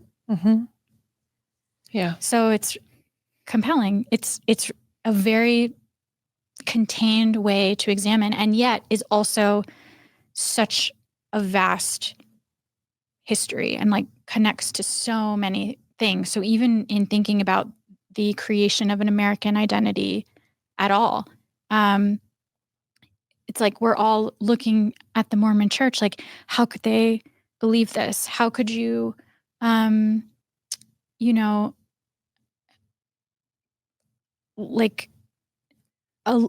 people to be so controlled or repressed? And I don't think it's just the Mormon Church applying this pressure, this rigidity. We're seeing that unfold, right? What the true desire is. So I think they're just really closely linked. It's kind of like from the 1950s on, the American identity became men with white shirts and ties and suits. And when I think about, that's either the FBI or IBM or freaking Mormons. It's who else is the Mormons enshrined? are the ones in the FBI as well. Yeah. So it's all the Mormon image. I think that on a subconscious level, that is why there is so much content and fascination. And also why, you've posed the question a lot, how come in the context of the church and the belief in the apocalypse, how does this lead to the kind of crime and violence and tragedy that we see, where it's wow, a lot of Mormon crime documentaries, what's going on? Again, I think that's the consequences of forcing this hierarchy that we the church, that the government claims is natural and actually is anything but. So it's kind of bursting at the seams. I don't know if I put that. I was going to ask you about that, because I think Orthodox Mormons are probably really unhappy that that I basically, what they want to say is that Warren Jeffs and FLDS, that's not Mormon. That's some offshoot. Or Lori Vallow and Chad Daybell, that's not Mormon. That's crazy people that happen to be Mormon, that were murderous and, murdering their children and spouses, but that's not Mormon. There are criminals who happen to be Mormon, not Mormonism making criminals. Or again, the recent fascination with Ruby Franke and Jody Hildebrandt. It's those are crazy people. And all of that craziness is the fault of social media. It's not Mormons. It's not Mormonism that's creating all that. I've been trying to say, hey, journalists, I think Mormonism contributes to these patterns being repeated. As an outsider, honestly, tell me, do you think I'm forcing that narrative? Do you think there's something to it? As someone who's totally not compromised with direct connections to this people, Yeah, I think it's really fascinating when extremists, from an American perspective, are representative of an entire group or an entire people, right? So I think the extremism is a product of the culture. I think that saying like, oh, like Ruby Franke isn't Mormon, like she was trying to be the ultimate Mormon, right? I think that's trying to distance from this repression that, again, I think is like maybe an American quality as well. And also perfectionism, maybe. Absolutely. Yeah. Exceptionalism, perfectionism, that you're deserving of reward for a certain kind of behavior, and that it's only through your own performance that these like rewards come. That, I don't know, a refusal to like look at the structure and the weaknesses of that structure, and also just like what it does to our brains. Obviously, like you can just get into a loop with these beliefs that can bring you to extreme places. Mm-hmm.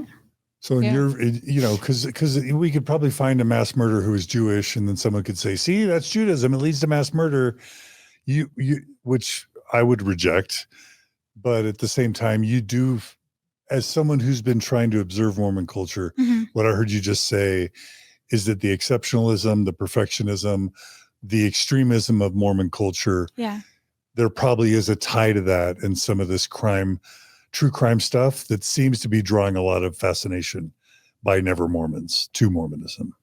Yeah. And I think that there's like an innate question for outsiders, or subconscious question for outsiders too, of like, what are the factors that create these circumstances, these crimes that have echoes of each other, right? And if it's that this religion, this entire city was like founded on violence and crime, there's a mirror for, it's like on the East Coast, my high school, for example, I don't want to say the name, but it's like something Manor is like part of the neighborhood. So I go through all of high school, learn about the Civil War, blah, blah, blah, blah, blah. Only recently, and did it occur to me to like look into like what the Manor was? Like plantation? Historically? Is it? Yeah, it was. Come on. It was like, is that, I don't want. Yeah, yeah. It was a slave plantation. Yeah. And I was always told, oh, these neighborhoods, it was farmland, da da da. I'm like, how are you going to like deny this, and where is it? And I think there's the same thing with like, again, this is like really, really broad strokes. I'm just trying to explain why emotionally I'm like, there's a need to deconstruct or to like understand that violence is our violence. So that, yes, I think Mormons should claim Ruby Franke and Jody Hildebrandt. Like, I think that needs to be processed and understood and like healed from, because it is a representation of just like this kind of like suffocation that people experience because there is an acknowledgement of how this was created, what function this perfectionism serves these like systems of oppression as a whole. But what I'm also hearing from you, which is something I've never occurred to me before, when you're observing Mormonism, you're equating it with America and American culture. You're basically seeing Mormonism as kind of American culture on steroids. So it's not just a critique of Mormonism. It's basically an analysis and a critique of American culture and history through the lens of the most American religion. Right. Like there was this longing for identity within the Enlightenment, right? And like what was the American spirituality and philosophy? And Mormonism answered that question. So that is this like just the only distinctly American answer. Whereas, mainstream Christianity, the origins are not here. That's not ours. That's like an application of colonialism, of patriarchy, of all of these things that like are part of American history. But yeah, Mormonism is ours. Like, this is our, I'm even saying mine. Like, You're saying yours. Yeah. I mean, I'm not Joseph Smith, but like, this is the cultural ideal of the country that I grew up in. You know what I'm hearing you say? It's like Ruby Franke grew to be in the soil of Mormonism, right? Mormonism as a soil, what its values are, gave root, helped nurture a Ruby Franke. America is the soil in which Mormonism gave root and was able to thrive and grow. So they're, again, very, very broad strokes here. But when I like reflect on what am I watching? Because I'm not just watching this reality TV show about Mormon wives, right? I feel like for 20 years, I've been watching the slow dissolution of this idea. And that to me feels like, watching what is like the most distinct white American culture dissolve, the concept as a whole dissolve, the reality of like, oh, this is holiness, this is power, this is what God wants, this is how God wants you to be, and that America's God's country. So they're really interlinked, and people are seeing through, realizing that it pains them, but also that it has like destroyed others and our opportunity to connect and flourish. And you're kind of blowing my mind, because by far the LDS Church is the most wealthy and powerful American religion. Yeah. And it was born here and bred here. Yeah. And I always knew, because there was American exceptionalism baked into the Book of Mormon and the Doctrine and Covenants. Yes. But I always thought of that as just like some odd kind of like factoid that also co-occurred with the Mormon movement. Yeah. But you're blowing my mind. And I think it was Harold Bloom, who's like a Yale literary guy, who basically said Mormonism is the quintessential American religion. Yeah. Like the power, the patriarchy, the money, the wealth, the success of the Mormon people is like a people born and bred in America, fulfilling the American dream in all of its glory and all of its disgustingness. I was going to say, and on the other hand, glory and horror, right? The oppression of, and you could go down that line. At every level. And like, there couldn't be that wealth without, our legacy of slavery. Like that wealth didn't just come to like, it didn't come from a salt lake that can't sustain life. Like, give me a break. So yeah, it just has felt really important to study and watch. Because we were super racist. We enslaved Native Americans in Utah. Like, we subjugated women. We embraced capitalism. I think with Jews and Jewish wealth, for example, it's like, okay. We co-opted the Jewish identity. No, it's like we have created this incredible art in spite of oppression. And yes, there's like intersectional nuance of like what that oppression has been in different parts of history. But it's like, in spite of like, we've been impressed, but we're innovative. It's like Mormons haven't been oppressed. Like the only story there is like, that Mormons weren't allowed to be polygamous anymore, or Utah couldn't be a state, right? But it's like this is America. This is like this is the wealth amassed because of all of, this other oppression and destruction. Do you know what I'm saying? It's not like an identity build out of like, oh, there is an us against them, but it's not like you're just it's like, okay, fine, let that be this bubble out west. And I'm like, no, they own like more Apple stock than anyone. Like, what do you mean? I mean, this is so fascinating talking to a Jew about persecution and oppression, because Mormons would say only Jews could understand the level of oppression and discrimination that we've faced, because Governor Boggs in Missouri issued an extermination order against all Mormons, and we were driven out of Ohio, then we were driven out of Missouri, then we were driven out of Nauvoo, and our leader was assassinated, and we were driven to Utah. We'd basically say, yeah, Jews and Mormons, we know but that was like Holocaust, a few thousand people, if that, in these like incredibly specific circumstances in American history in which we were like violently colonizing the country, right? That's not the same as like this diaspora of Jewish people being oppressed and like killed by the millions. Yeah. It's not the same. I'm not saying that's the ultimate oppression either, but I mean, it just, there's this story, this idea of like, oh, here's all this stuff. Like, that's why there's like Independence Day and Pioneer Day, right? It's like, look at the suffering, look at what we went through to get here. And I'm like, I don't know, you guys had a lot of really nice English china and porcelain. So if those fragile treasures survived, I think you survived. Someone's gonna, oh my gosh, I'm so sorry. If anyone I need to apologize to. You're checking. I've never been checked like this in such a healthy way, because even John, think, oh man, we were so oppressed, like Mormons were really oppressed. And no, it's like Mormons to me, it's like when you can almost pretend other oppression doesn't exist, like to the extreme.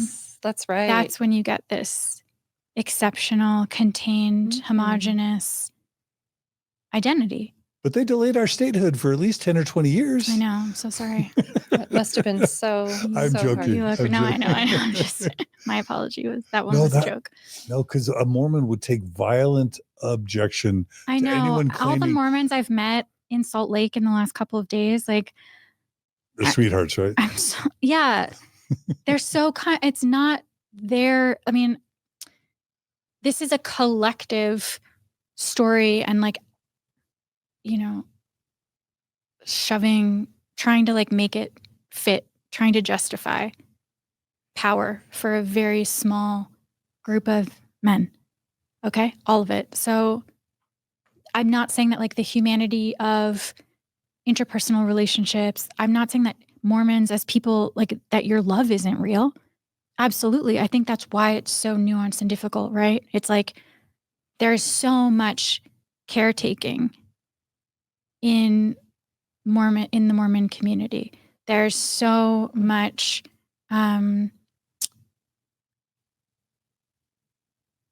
like, I guess I want to say like, I guess community in this way that like everyone else seems to feel is absent. Like social media seemingly hasn't ruined Mormon community. Granted, I know a lot of people are leaving the church. That's different, but actually maybe that's not true. Scratch that. No, the church would say it's stronger than ever. Right.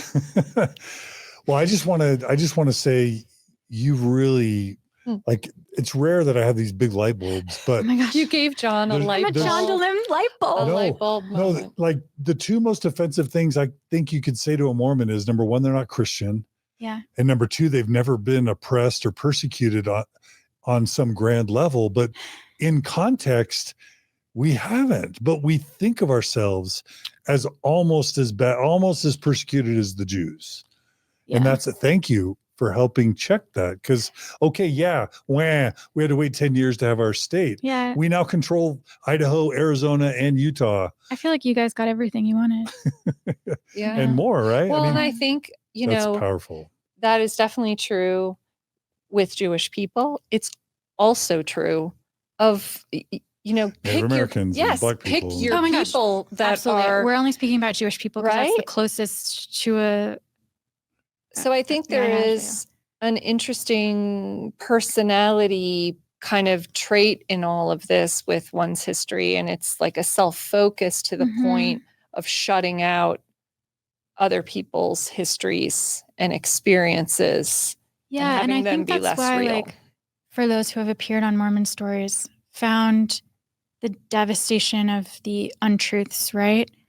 And feeling like no one's gonna take me seriously because I believed this, or like I've had to deconstruct. It's like you're not alone. Like, this is a facade. Like, it's the Truman Show for all of us on some level. And some people, there isn't such a like rigid visual of like the right kind of person. Like the Mormon stereotype is so concrete that like when you leave, it feels like this vast distance. But like we all desperately need to wake up. Yeah. And I think there can be a tendency when part of your identity is about, surviving, being persecuted, being where I feel like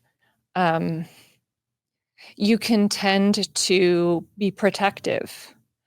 And I think the ultimate gift is if you ever get in a place of more privilege or safety, or that actually you would look around and be able to recognize other people who are currently now in places of not being safe or being persecuted, or do you know what I mean? As opposed to just staying in this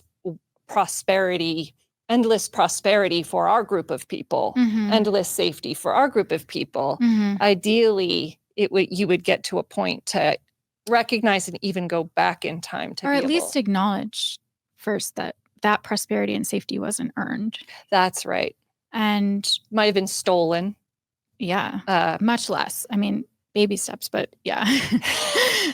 Baby steps. Let's not overreach. Yeah. And that is like really tragic to realize. And I do think this disconnect from a parental figure, that like description of love and safety, and then wondering why I couldn't feel it. That resonates so much with episodes that I've listened to as well, of like, I was going to ask you about parental episodes. alienation. Yeah. And like, and sort of like this question of like, well, why can't I feel it? It's almost like that admission of like, I never heard the still small voice. Like, I just kind of at some point had to say it. I had to like keep this in, and it didn't connect me. Going to the temple, how many times people say like, I got a bad feeling, and then I just, had to do the hand motions through the veil or whatever. Like, and again, I know these are very sacred things for some people. I am not here to stomp on it. I'm more saying that like there is this innate disconnect because I don't think the religion was actually like made for you. It was for like this small group of white men in power. So that's pretty clear. Yeah. Just because you were talking about connecting with certain Mormon stories, this may be putting you on the spot a little bit, but I'm just super curious. Are there particular episodes or people or types of episodes on Mormon stories that like you found yourself being particularly either connecting with or moved by? And if so, I'm curious what those were or have been. Yeah, I have a lot of faves. I think thematically, something I really liked is when people from the UK who were converts or whose parents were converts share their Mormon story. First of all, like I think to have been in the UK, like the ultimate colonial empire, and then take on the narrative of like the American connection back to you, I'm like, you looped around a really strange way. So that's just interesting psychologically to me. I think one of my favorite episodes is the bishop from the UK. I forget his name. The Tom Phillips, the Second Anointing episode? Second Anointing, yeah. I feel like his pain and the fact that he was still separated from his family at that time. That they cut him off when he lost his faith. Was so devastating. And like he lost his faith in such a pure way. Like Earnest. Fact was just fact suddenly. Yeah. And that was just a beautiful realization. And I thought that, I don't know, it was really interesting to like hear you respond to him as well. So yeah, I mean, that's also why I like Nemo the Mormon. I think again, this like deconstructing from like the UK, it's like you get that distant perspective on like America, but then you participate in the American religion, but it was this distance. There's something about the distance and closeness.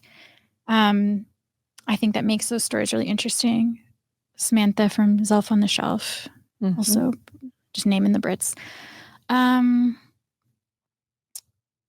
One of my favorite episodes is when Margie interviewed you. That was just like a really amazing piece of storytelling. And like, I just found it to be this like powerful moment of just integrating your reality into the reality of the project and to like account for all the ways that like the sacrifice that it took to create this and what it felt like emotionally was really, really powerful too. And like this idea of the great project and like reckoning with what is worth it. Really like that one. Love everyone who's gay, who's come on Mormon Stories. The LGBT narratives. Yeah. Connected with that. Yep. I mean, those have been really interesting. I think,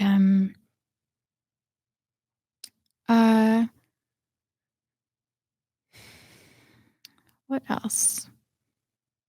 Did you get into the LDS discussions? Oh yeah, I love the claims? LDS discussions. Like, was that boring? That feels like total insider baseball to be talking about like Mormon church history and truth claims. I don't find it boring. I mean, I definitely with those, like I put them on kind of when I'm doing something else or like even if I'm just walking. But yeah, I think it's kind of endlessly fascinating. Again, I just like never get bored of the subject matter. And there's something, this is just like a really great tank to like watch realization and like, I don't know, in our like social media age, it's like, what's real? What's performance? What's like, that's always the kind of the question at hand. So I don't know. It's like always really interesting to me. I'm trying to think. Obviously the reviews of like the Real Housewives, Heather Gay's episode, or shall I say her saga, was incredible. I just didn't know how early she was in her like deconstruction when the show kicked off, or that she wasn't at all. And I just found her tenacity and vulnerability to be really monumental and like affirmed for me why, you know, that part of the franchise, the Salt Lake part of the franchise, was so powerful and immediately hooked people in season 1. Have you watched Real Housewives of Salt Lake City? John. I've only seen look around, I've read only the seen like one read the season. room. Okay. Yeah. But also like it just like gave voice to, I don't know, it's like interesting to see the women on that show who have adopted the like approach to capitalism and self-worth. So they're like empowered, but it's still in this very like Mormon way. And I'm like, who's, you know, are they helping themselves? Like what is empowerment in this context? And then, yeah, I think any like women's panel obviously is a fave of mine. Most recently talking about the change in the silhouette of garments. I think I just really like to hear Mormon women like laughing with each other about some of the circumstances of their roles and just like the immense amount, like it's not just the pioneer women. I feel like there's just such an immense amount of emotional, physical, like all kinds of work that Mormon women do. And, there's something that's like also connected me to some of like what was difficult about my mom's position and being like a stay-at-home mom and feeling like she was less than for not being educated. And so, yeah, I don't know, that always makes me feel like, I just feel like so inspired by those conversations. So you kind of see your mom in the traditional Mormon woman a little bit. Not really. No, but that, I think just that discussion of the role of being like a stay-at-home mom, or like the value of mothering and the labor of it. So yeah, like to an extent, but also like, again, we're in this like perfect patriarchy, right? So to hear women kind of reckon with like, okay, like even hearing women recently in episodes talk about benevolent patriarchy, I'm like, oh, what else? Yeah. Fascinating. Those are my ones.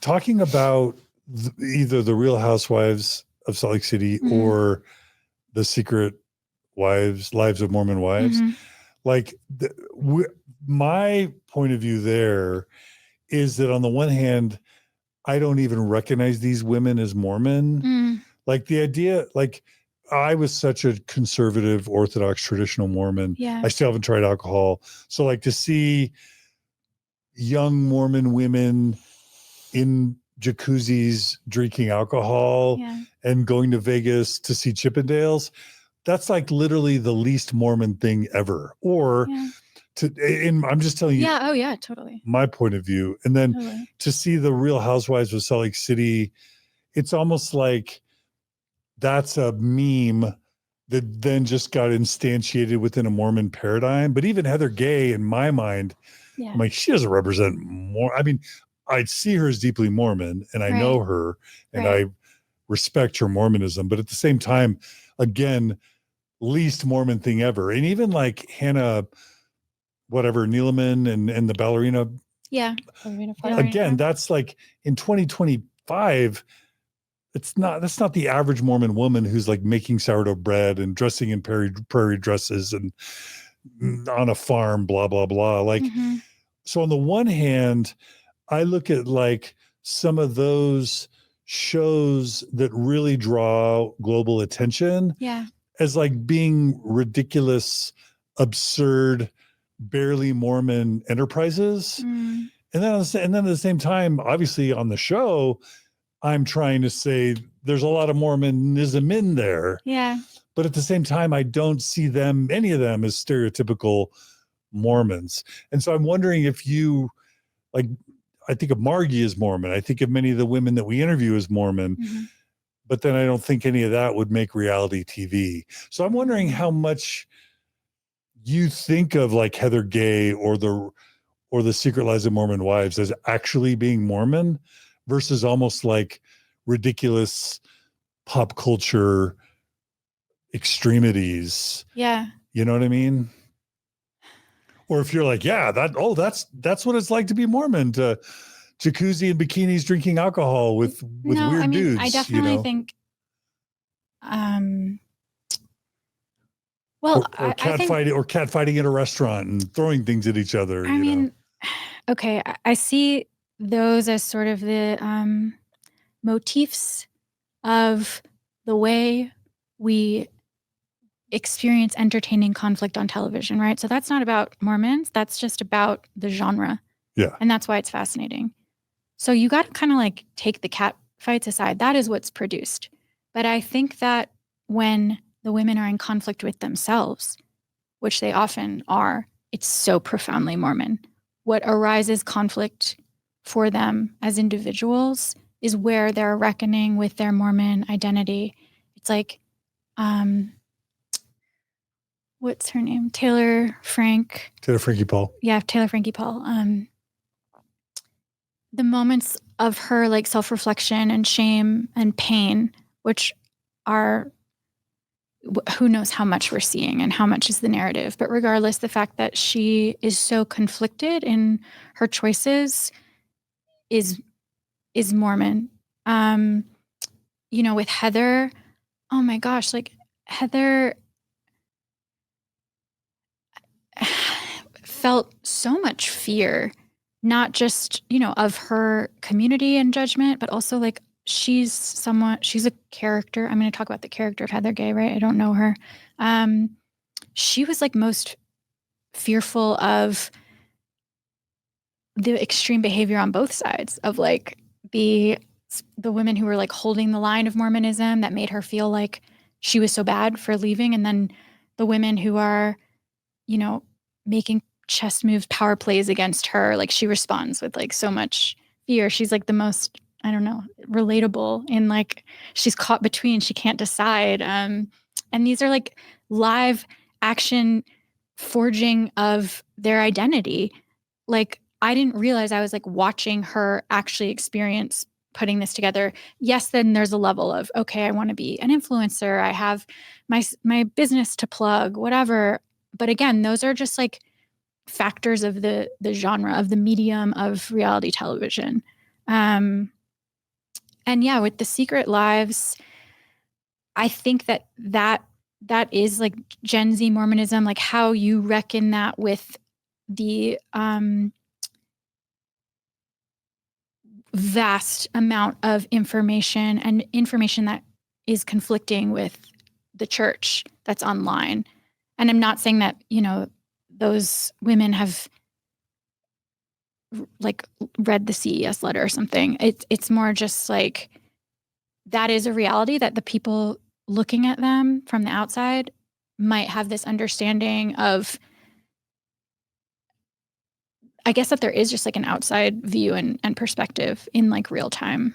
Does that make sense? Yeah.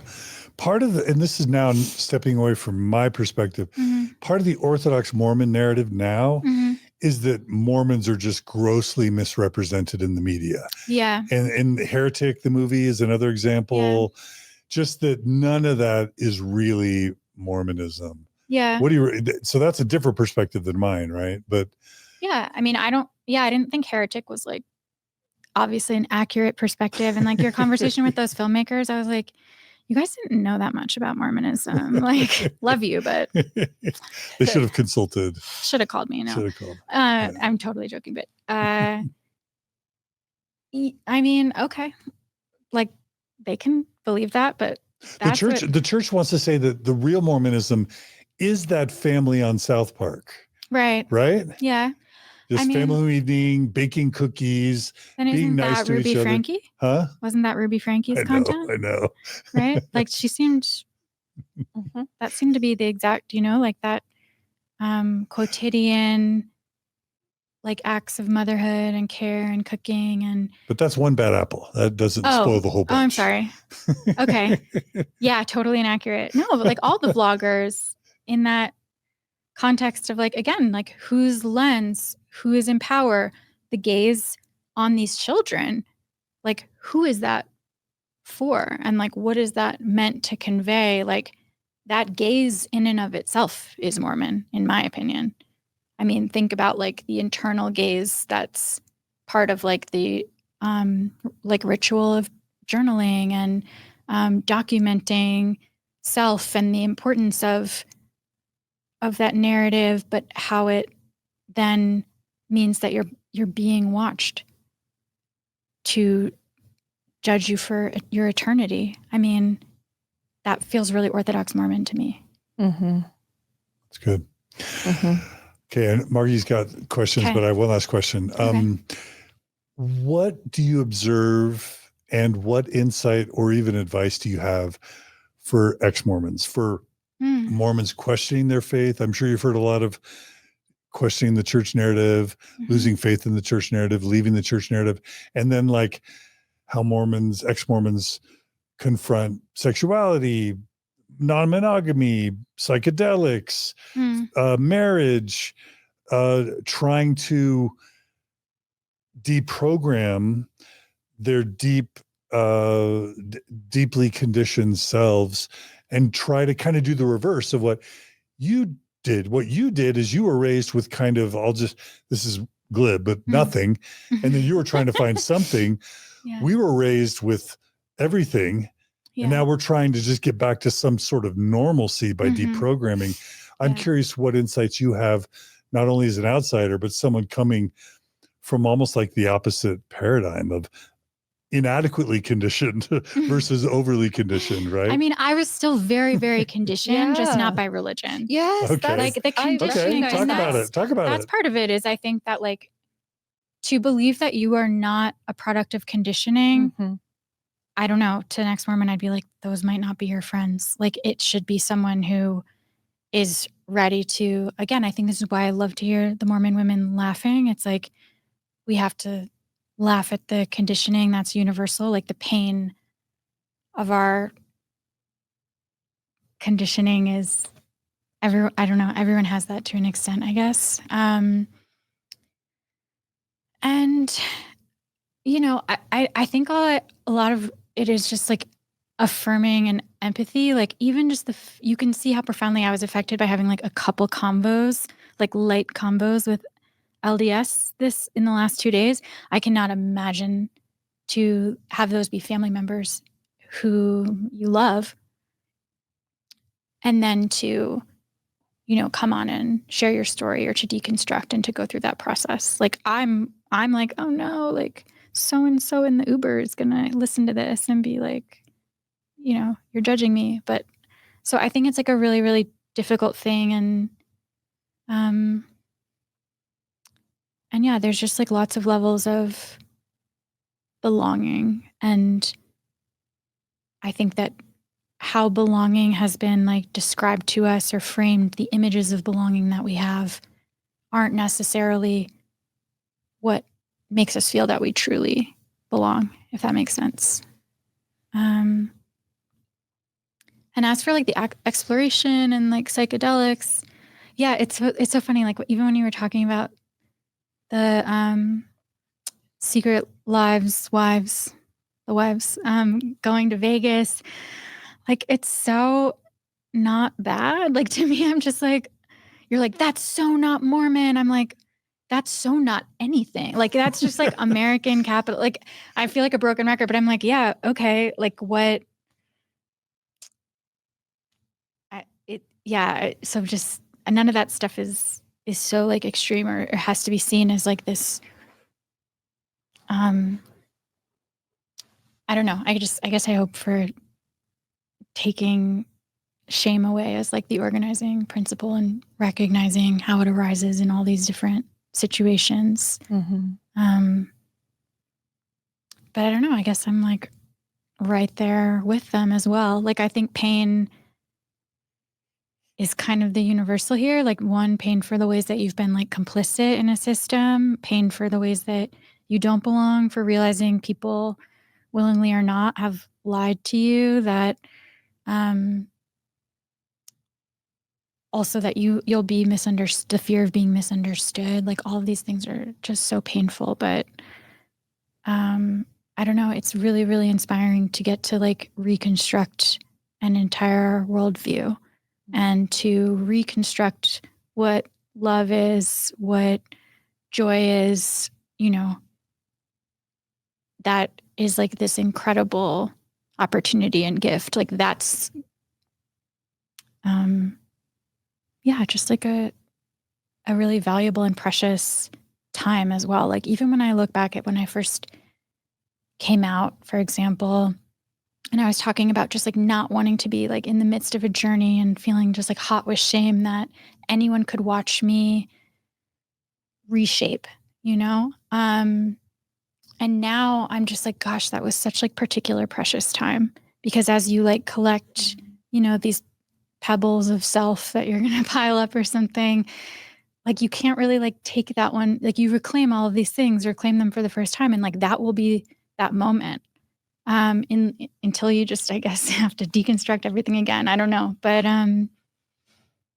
I guess like those really painful times,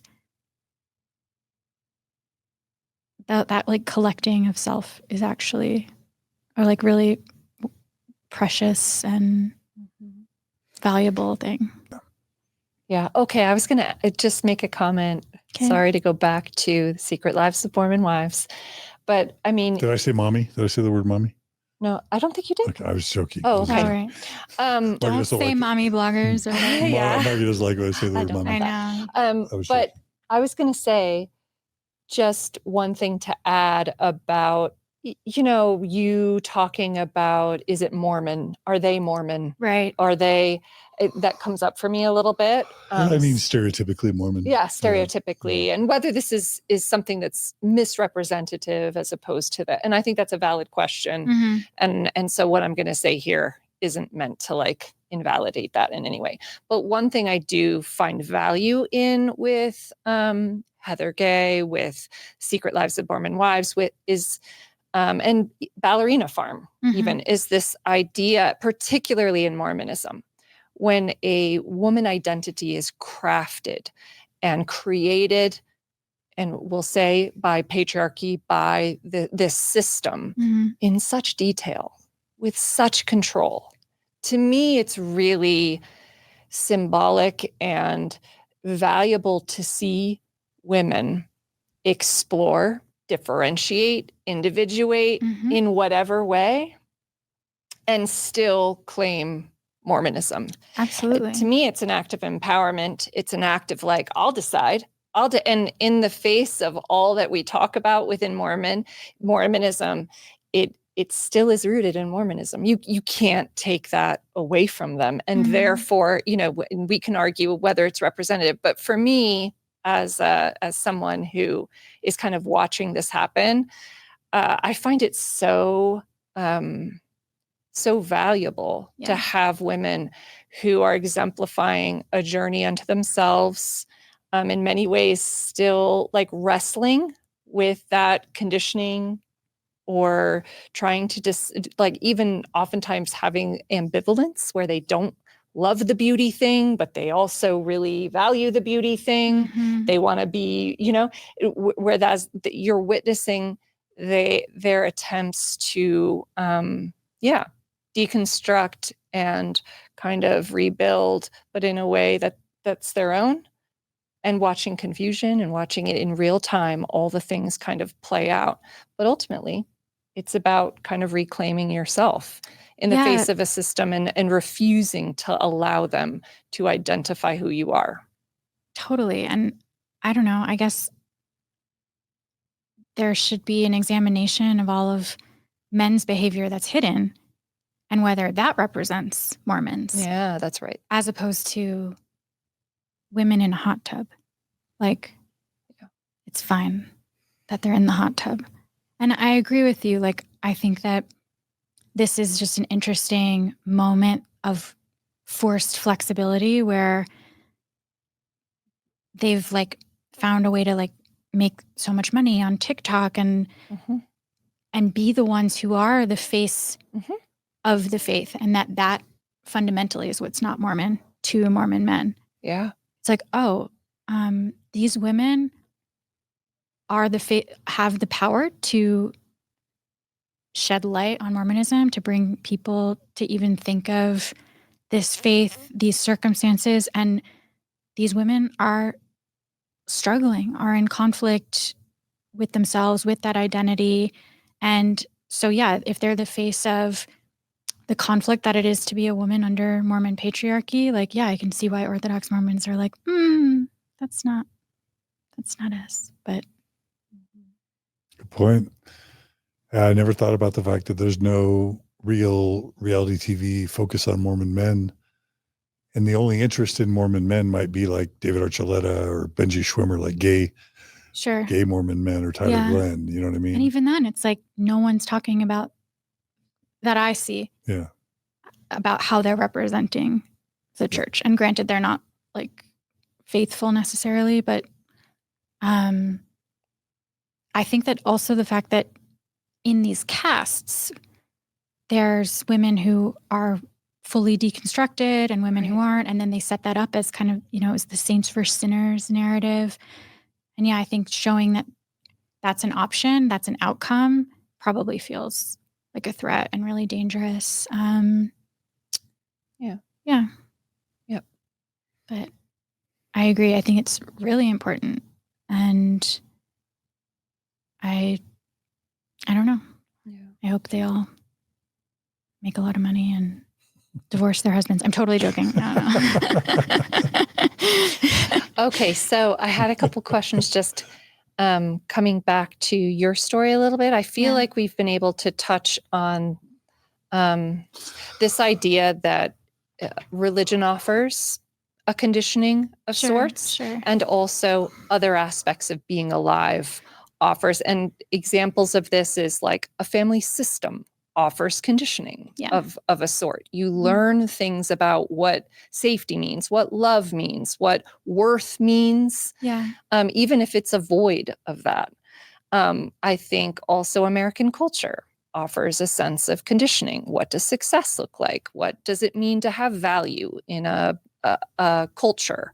What it looks like very similar things. And I think it gets really tricky the more layers you experience. If you have like this idea of, if, for example, your worth is in being very productive and work-oriented to the point of overworking, and you have it in religion, and then you have it in your family system, and then, we have it in American culture, right? It becomes a lot trickier, I think, to deconstruct. Right. But I really liked you kind of talking to the point of, I was conditioned. I may not have had this religious conditioning aspect. But I definitely had. And I was thinking about your story a little bit with regard to moving to New York City, really ending up at a magazine that everyone would recognize, and having a moment also of feeling like that worth thing, it didn't fill you up. And I think that is an American, also this idea of formulas, just do this, this, and this, and you will be happy, or you will be successful, or you will have made it, or this is the American dream, and then when you do the thing, you're feeling like, and that's what I hear. You ended up at Vogue Magazine and you're thinking, no, I'm still, I don't feel worthy, and I don't understand why. Like, what would it feel like? Is that right? And then going and trying to add sort of this ancestral kind of to that. And I just wanted to ask you, that's all to context to ask you, how would you talk about your journey right now with worth? Where do you find it? Are you working at rebuilding that? What are the pieces for you now where, what have you found? Those little pieces that you've. Or are we just your grand distraction from for introspection? No, it's like, I think Mormonism's like the seltzer water in which I'm not like referencing like swig or something. Like, I put whatever the distilled question or experience or observation, I like put it in this bubbly Mormon context, and I kind of like see how it mixes together. And I don't know, it just is a way to observe the color of things or something. I don't know if that metaphor worked, but forgive me. Worth, I mean, this is a challenge. It might and it's totally okay if you're like, I'm living this question. I don't know the answer. I'm living the question. I'm taking, I think there have been new attempts. Like, one, I think just the journey of meeting my wife and falling in love with her. And we just made an agreement at the beginning of our relationship. We have like a relationship motto, which is care to take care. And it was just that we were going to like orient ourselves towards caring for ourselves and each other. And this mindset that I'm like worth understanding and caring for.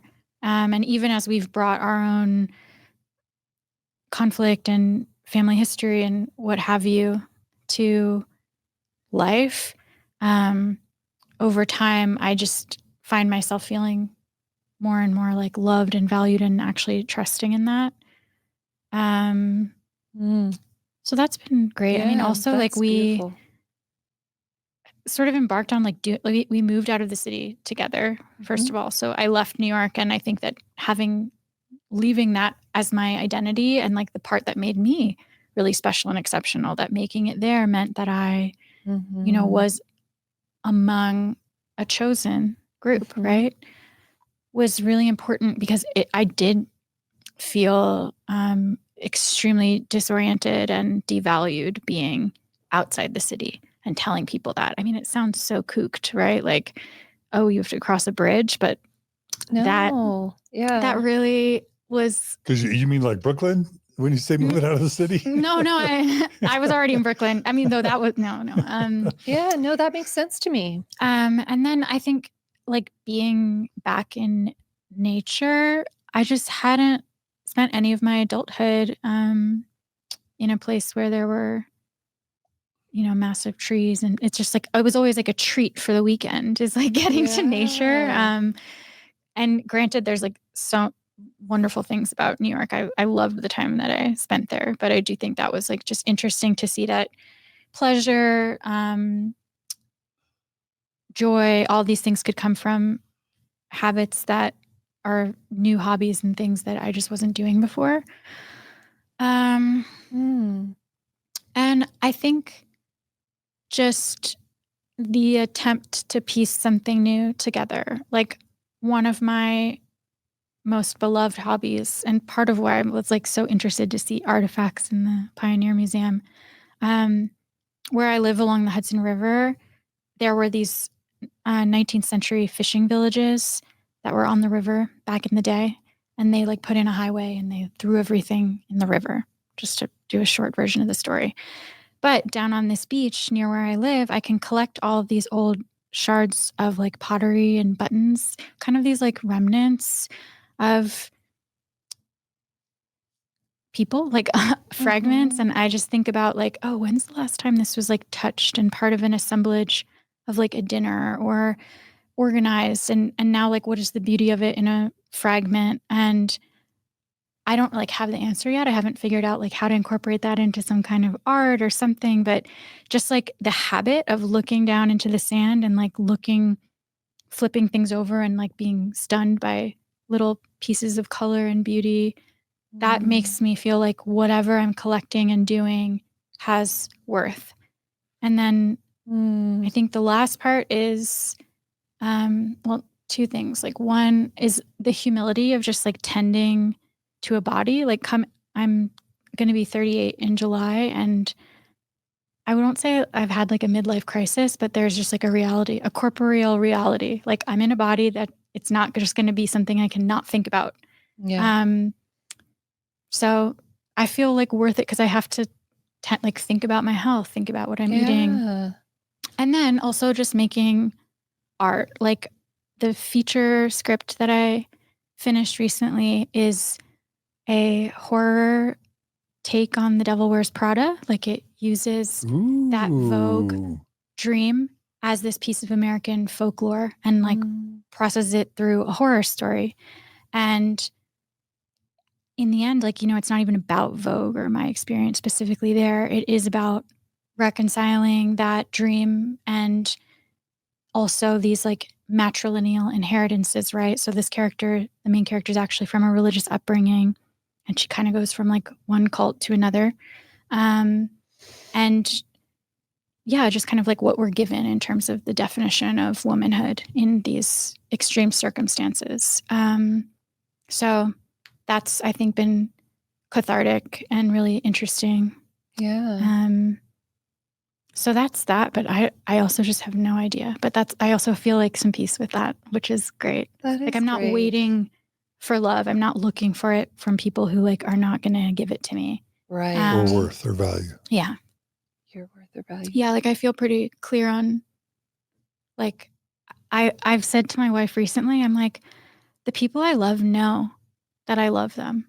And that felt like a resolution of something for me. I'm like, oh, okay. Like I can rest on a level that's clear, I guess. Yeah. Whereas before it was like, oh, am I actually able to show people? Like, can they see it? And, it was like really unclear to me. And now it is much clearer. So That's beautiful. And then I also wanted to ask you, we talked about, I imagine some people get to have a blueprint of love. We all kind of get a blueprint. Yeah. But let's say a really healthy, great fit love blueprint, right? From our childhood. The rest, you kind of have to create your own. So up till now with your wife, how would you talk about what good love feels like for you when you feel it, what you've created? You gave us a little bit. I love the, is it take care to take care. And I love that because you can also, it's great relationship wise, but it's also great for a relationship with yourself, care to take care as well. But I would just love to hear your blueprint so far of, love for you, a good fit of love. What does it look like? What does it feel like?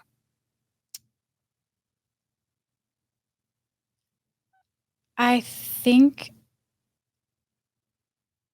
separating out shame has been like a really important process, and just recognizing times that shame arises, and pretty much it's always meant to curb some like exhaling into love for myself, right? It's like no, not yet. So that's been valuable, and I see like partnership as being with someone where over time I've learned to trust that she wants that for me. Yeah. She doesn't want me to curb my like expansion in any way. And also that there's like possibility for healthy repair, because there isn't an existence without conflict and misunderstanding. And it was like such a horrible fear of mine to be misunderstood. And now, misunderstanding just doesn't feel like the end of the world anymore. And that's been very profound. And then also being like unapologetic about the agenda for our own pleasure, which is not to say that we disregard responsibility or, neglect our community or something, but that whenever we're planning something, imagining something, even just like doing small tasks in our life, it's just like an agreement we have that we want to make that as, if not pleasurable, just like peaceful as possible. We both want that. And that's like, it's a process. Like it took a long time to clarify what that want would be and where it was shared. And also like, I feel like people are like celebrating your true self, but like my wife is like, yeah, go to Salt Lake and like figure out, like there's something about this interest in Mormonism, for example, like get into it. Like if you can't get out of it, get into it. Like that mentality of like, whatever you're grappling with, like pain again is the universal. There will be pain, but I don't know, having love that is like illuminating that pain and just sort of like making it okay, I guess. Yes. That's the blueprint now. I mean, we also live it's like we look at each other all the time and we're like, how is our life so, I don't even want to say comfortable, just like pleasant. Like we've just, every single choice was like, how do we like keep this pleasant for us? Yes. Not at the like sacrifice of things that need to be like seen or addressed that are unpleasant. Right. Not avoidant, but maybe prioritizing. Yeah. It feeling peaceful. Yeah. And it It really is. I didn't think this would be possible. It's like the achievement of my life thus far. Like the ultimate art project has been to construct this love and trust and to like actually experience that and know it. It makes, it just makes me feel really human, actually. It like answers that in a big way that I grappled with for a long time. Yeah. I just didn't know if it was possible. Like I didn't know what I was seeking, right? So, yeah. Yeah. That's big.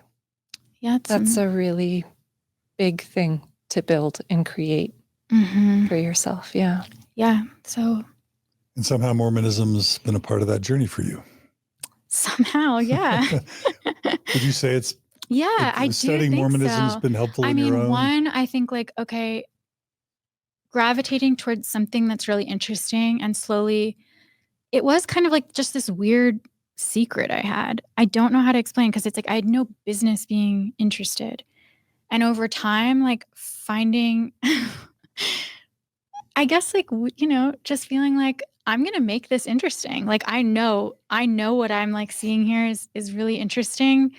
I'm going to talk to many different people about it, and like something always comes from it. Again, because I think there's this potency of like the themes. And also it has provided comfort for me. Like Mormon Stories has, I think also like on another level in the dissolution of media and like trust in media and the journalistic values that I was brought up with. No, but I did study journalism, and I do think having this like model of integrity for like having people speak, not having a time limit, like that is a really invaluable and under practiced. Like it's also like a trust in human attention that I think is important and has helped me kind of value some of the things that have been a long burn in my life to like understand or achieve or do. And yeah, just all the freaky stuff that's really funny, funny to learn about. And now hopefully I'll find my fellow freaks and we'll understand ourselves a little better. It will be a moment of great joy for me if at some point as you're traveling around New York, New England, somebody recognizes you and says, "Hey, weren't you on Mormon Stories?" I doubt that'll ever happen, but if it happens, if that happens, I want you to text or call me. I will have to report it immediately. And yeah, if nothing else, just it's fascinating. Like that's cool. It's cool to be interested in things. Yeah. It's cool to like stuff and have questions. Like it is. I feel like that's like one of the coolest things about me is I'm obsessed with Mormons. Yeah. Well, we like that about you too. That's why we had you here today. Exactly. It's one of the many things. If anyone's still wondering why I'm here, I can't help you. I tried my best. I just really quickly, those 3 words of curb your expansion. Yeah. Was a great way to reduce so many people's Mormon experience that Mormonism wants you to curb your expansion. Yeah. That was a moment of clarity for me when you used those words. So true. I mean, the garments are the fabric of that. It's like there's just so much that then feels that way, and oh my gosh! But it's like so beautiful to step out, to have your Truman Show moment. That's like one of my favorite films. That and The Matrix. So unsurprising. These and The Village. And no, it's all the same story. The Village was so bad. No. Yeah, it's all the same story. Like that's the Bible. Like, that's like the archetypes of all of Adam these stories. Like Garden of Eden. Yeah. Blaming women. Exactly. That's always the story. No. Pleasantville, Tangled. Yeah. There's a lot. It's true. Yeah. Yeah. Well, Katherine Bernard Olsen, or KB, we've gone about 4.5 hours. Oh my gosh. So that's as Mormon stories as it comes. For sure. I've really lived it now. What were you saying? Like, oh yeah, I think it'll 3 max. Whoops. Well, Love Margie's it. still with us, so we did something right, because I Margie know. these days I'm honored. says, at 4 I may peace out. So you're still here, I Margie. genuinely don't know how you like do this as much as you do. I know you don't know how you do either, though. So Margie was saying yesterday with some friends that one of the things she doesn't like about this job is when I take it too long. Is that fair? Is that fair to say? Is that okay to say? That is okay. We'll have Brooklyn cut it. No. Well, KB, what an honor to have you think about us, care about us, but mostly being willing to take time out of your schedule, vacation days, whatever, and come out here and be vulnerable and share your story and your insight and your perspective with us. Yeah, I hope it, I'm very curious to see how the series evolves in hearing what the fascination is. I know I'm not alone. And it was just a massive honor. It feels like it still feels kind of surreal to be talking to you, having felt like so distant from any of the subject matter. So that's just been like incredibly fun. And yeah, this has been great. Thank you. Crazy. Thank you for coming. You are a breath of fresh air. Oh my gosh. Really. Yeah. And hopefully I get to claim being the Neverest Mormon, and really, really special for a while. We'll see. We'll see if someone takes the title soon. Yeah. Well, if you think you're more Neverest of a Never-Mormon than KB, then we want to hear from you. Yeah, it's a challenge. No, but thank you. Thank you, KB. Thank you so much. Appreciate you. Thanks. And if people want to follow you or hire you or promote you or give you money or whatever. Oh my gosh, please. All the please hire me. I'm a freelancer. You're like, oh, your vacation days? No, I have not had like a vacation day or insurance or anything in a long time.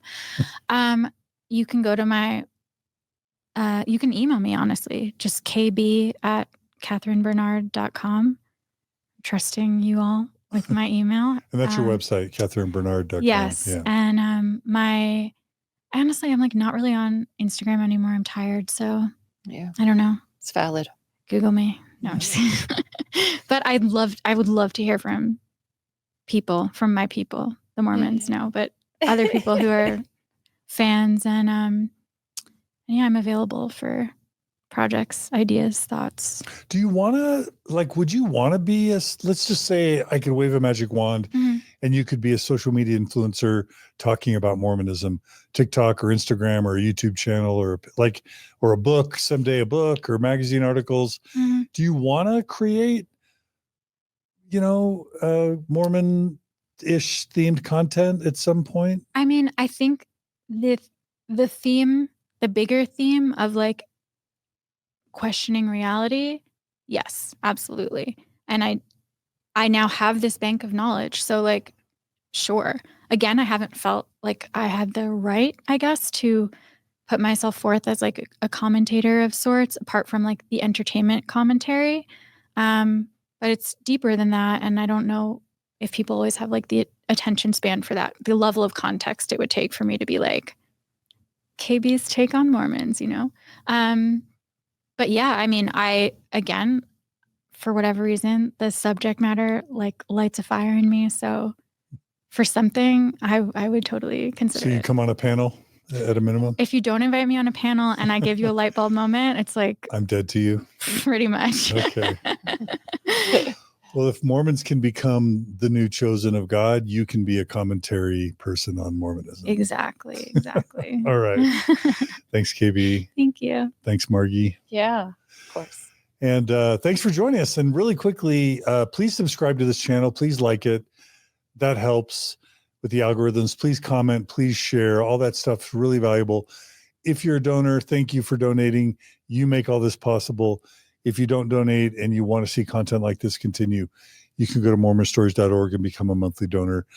If you want to be on Mormon Stories and you are a Never-Mormon or a Mormon or an ex-Mormon or member of some other high demand religion or cult or whatever, faithful Orthodox Mormon. We want to hear from you. You can do exactly what KB did. You can go to mormonstories.org, click on the apply button, record a 3-minute video. You will not be likely accepted if you don't create that 3-minute video. Some people just post or paste links to random stuff they do on social media and think that that's going to be sufficient.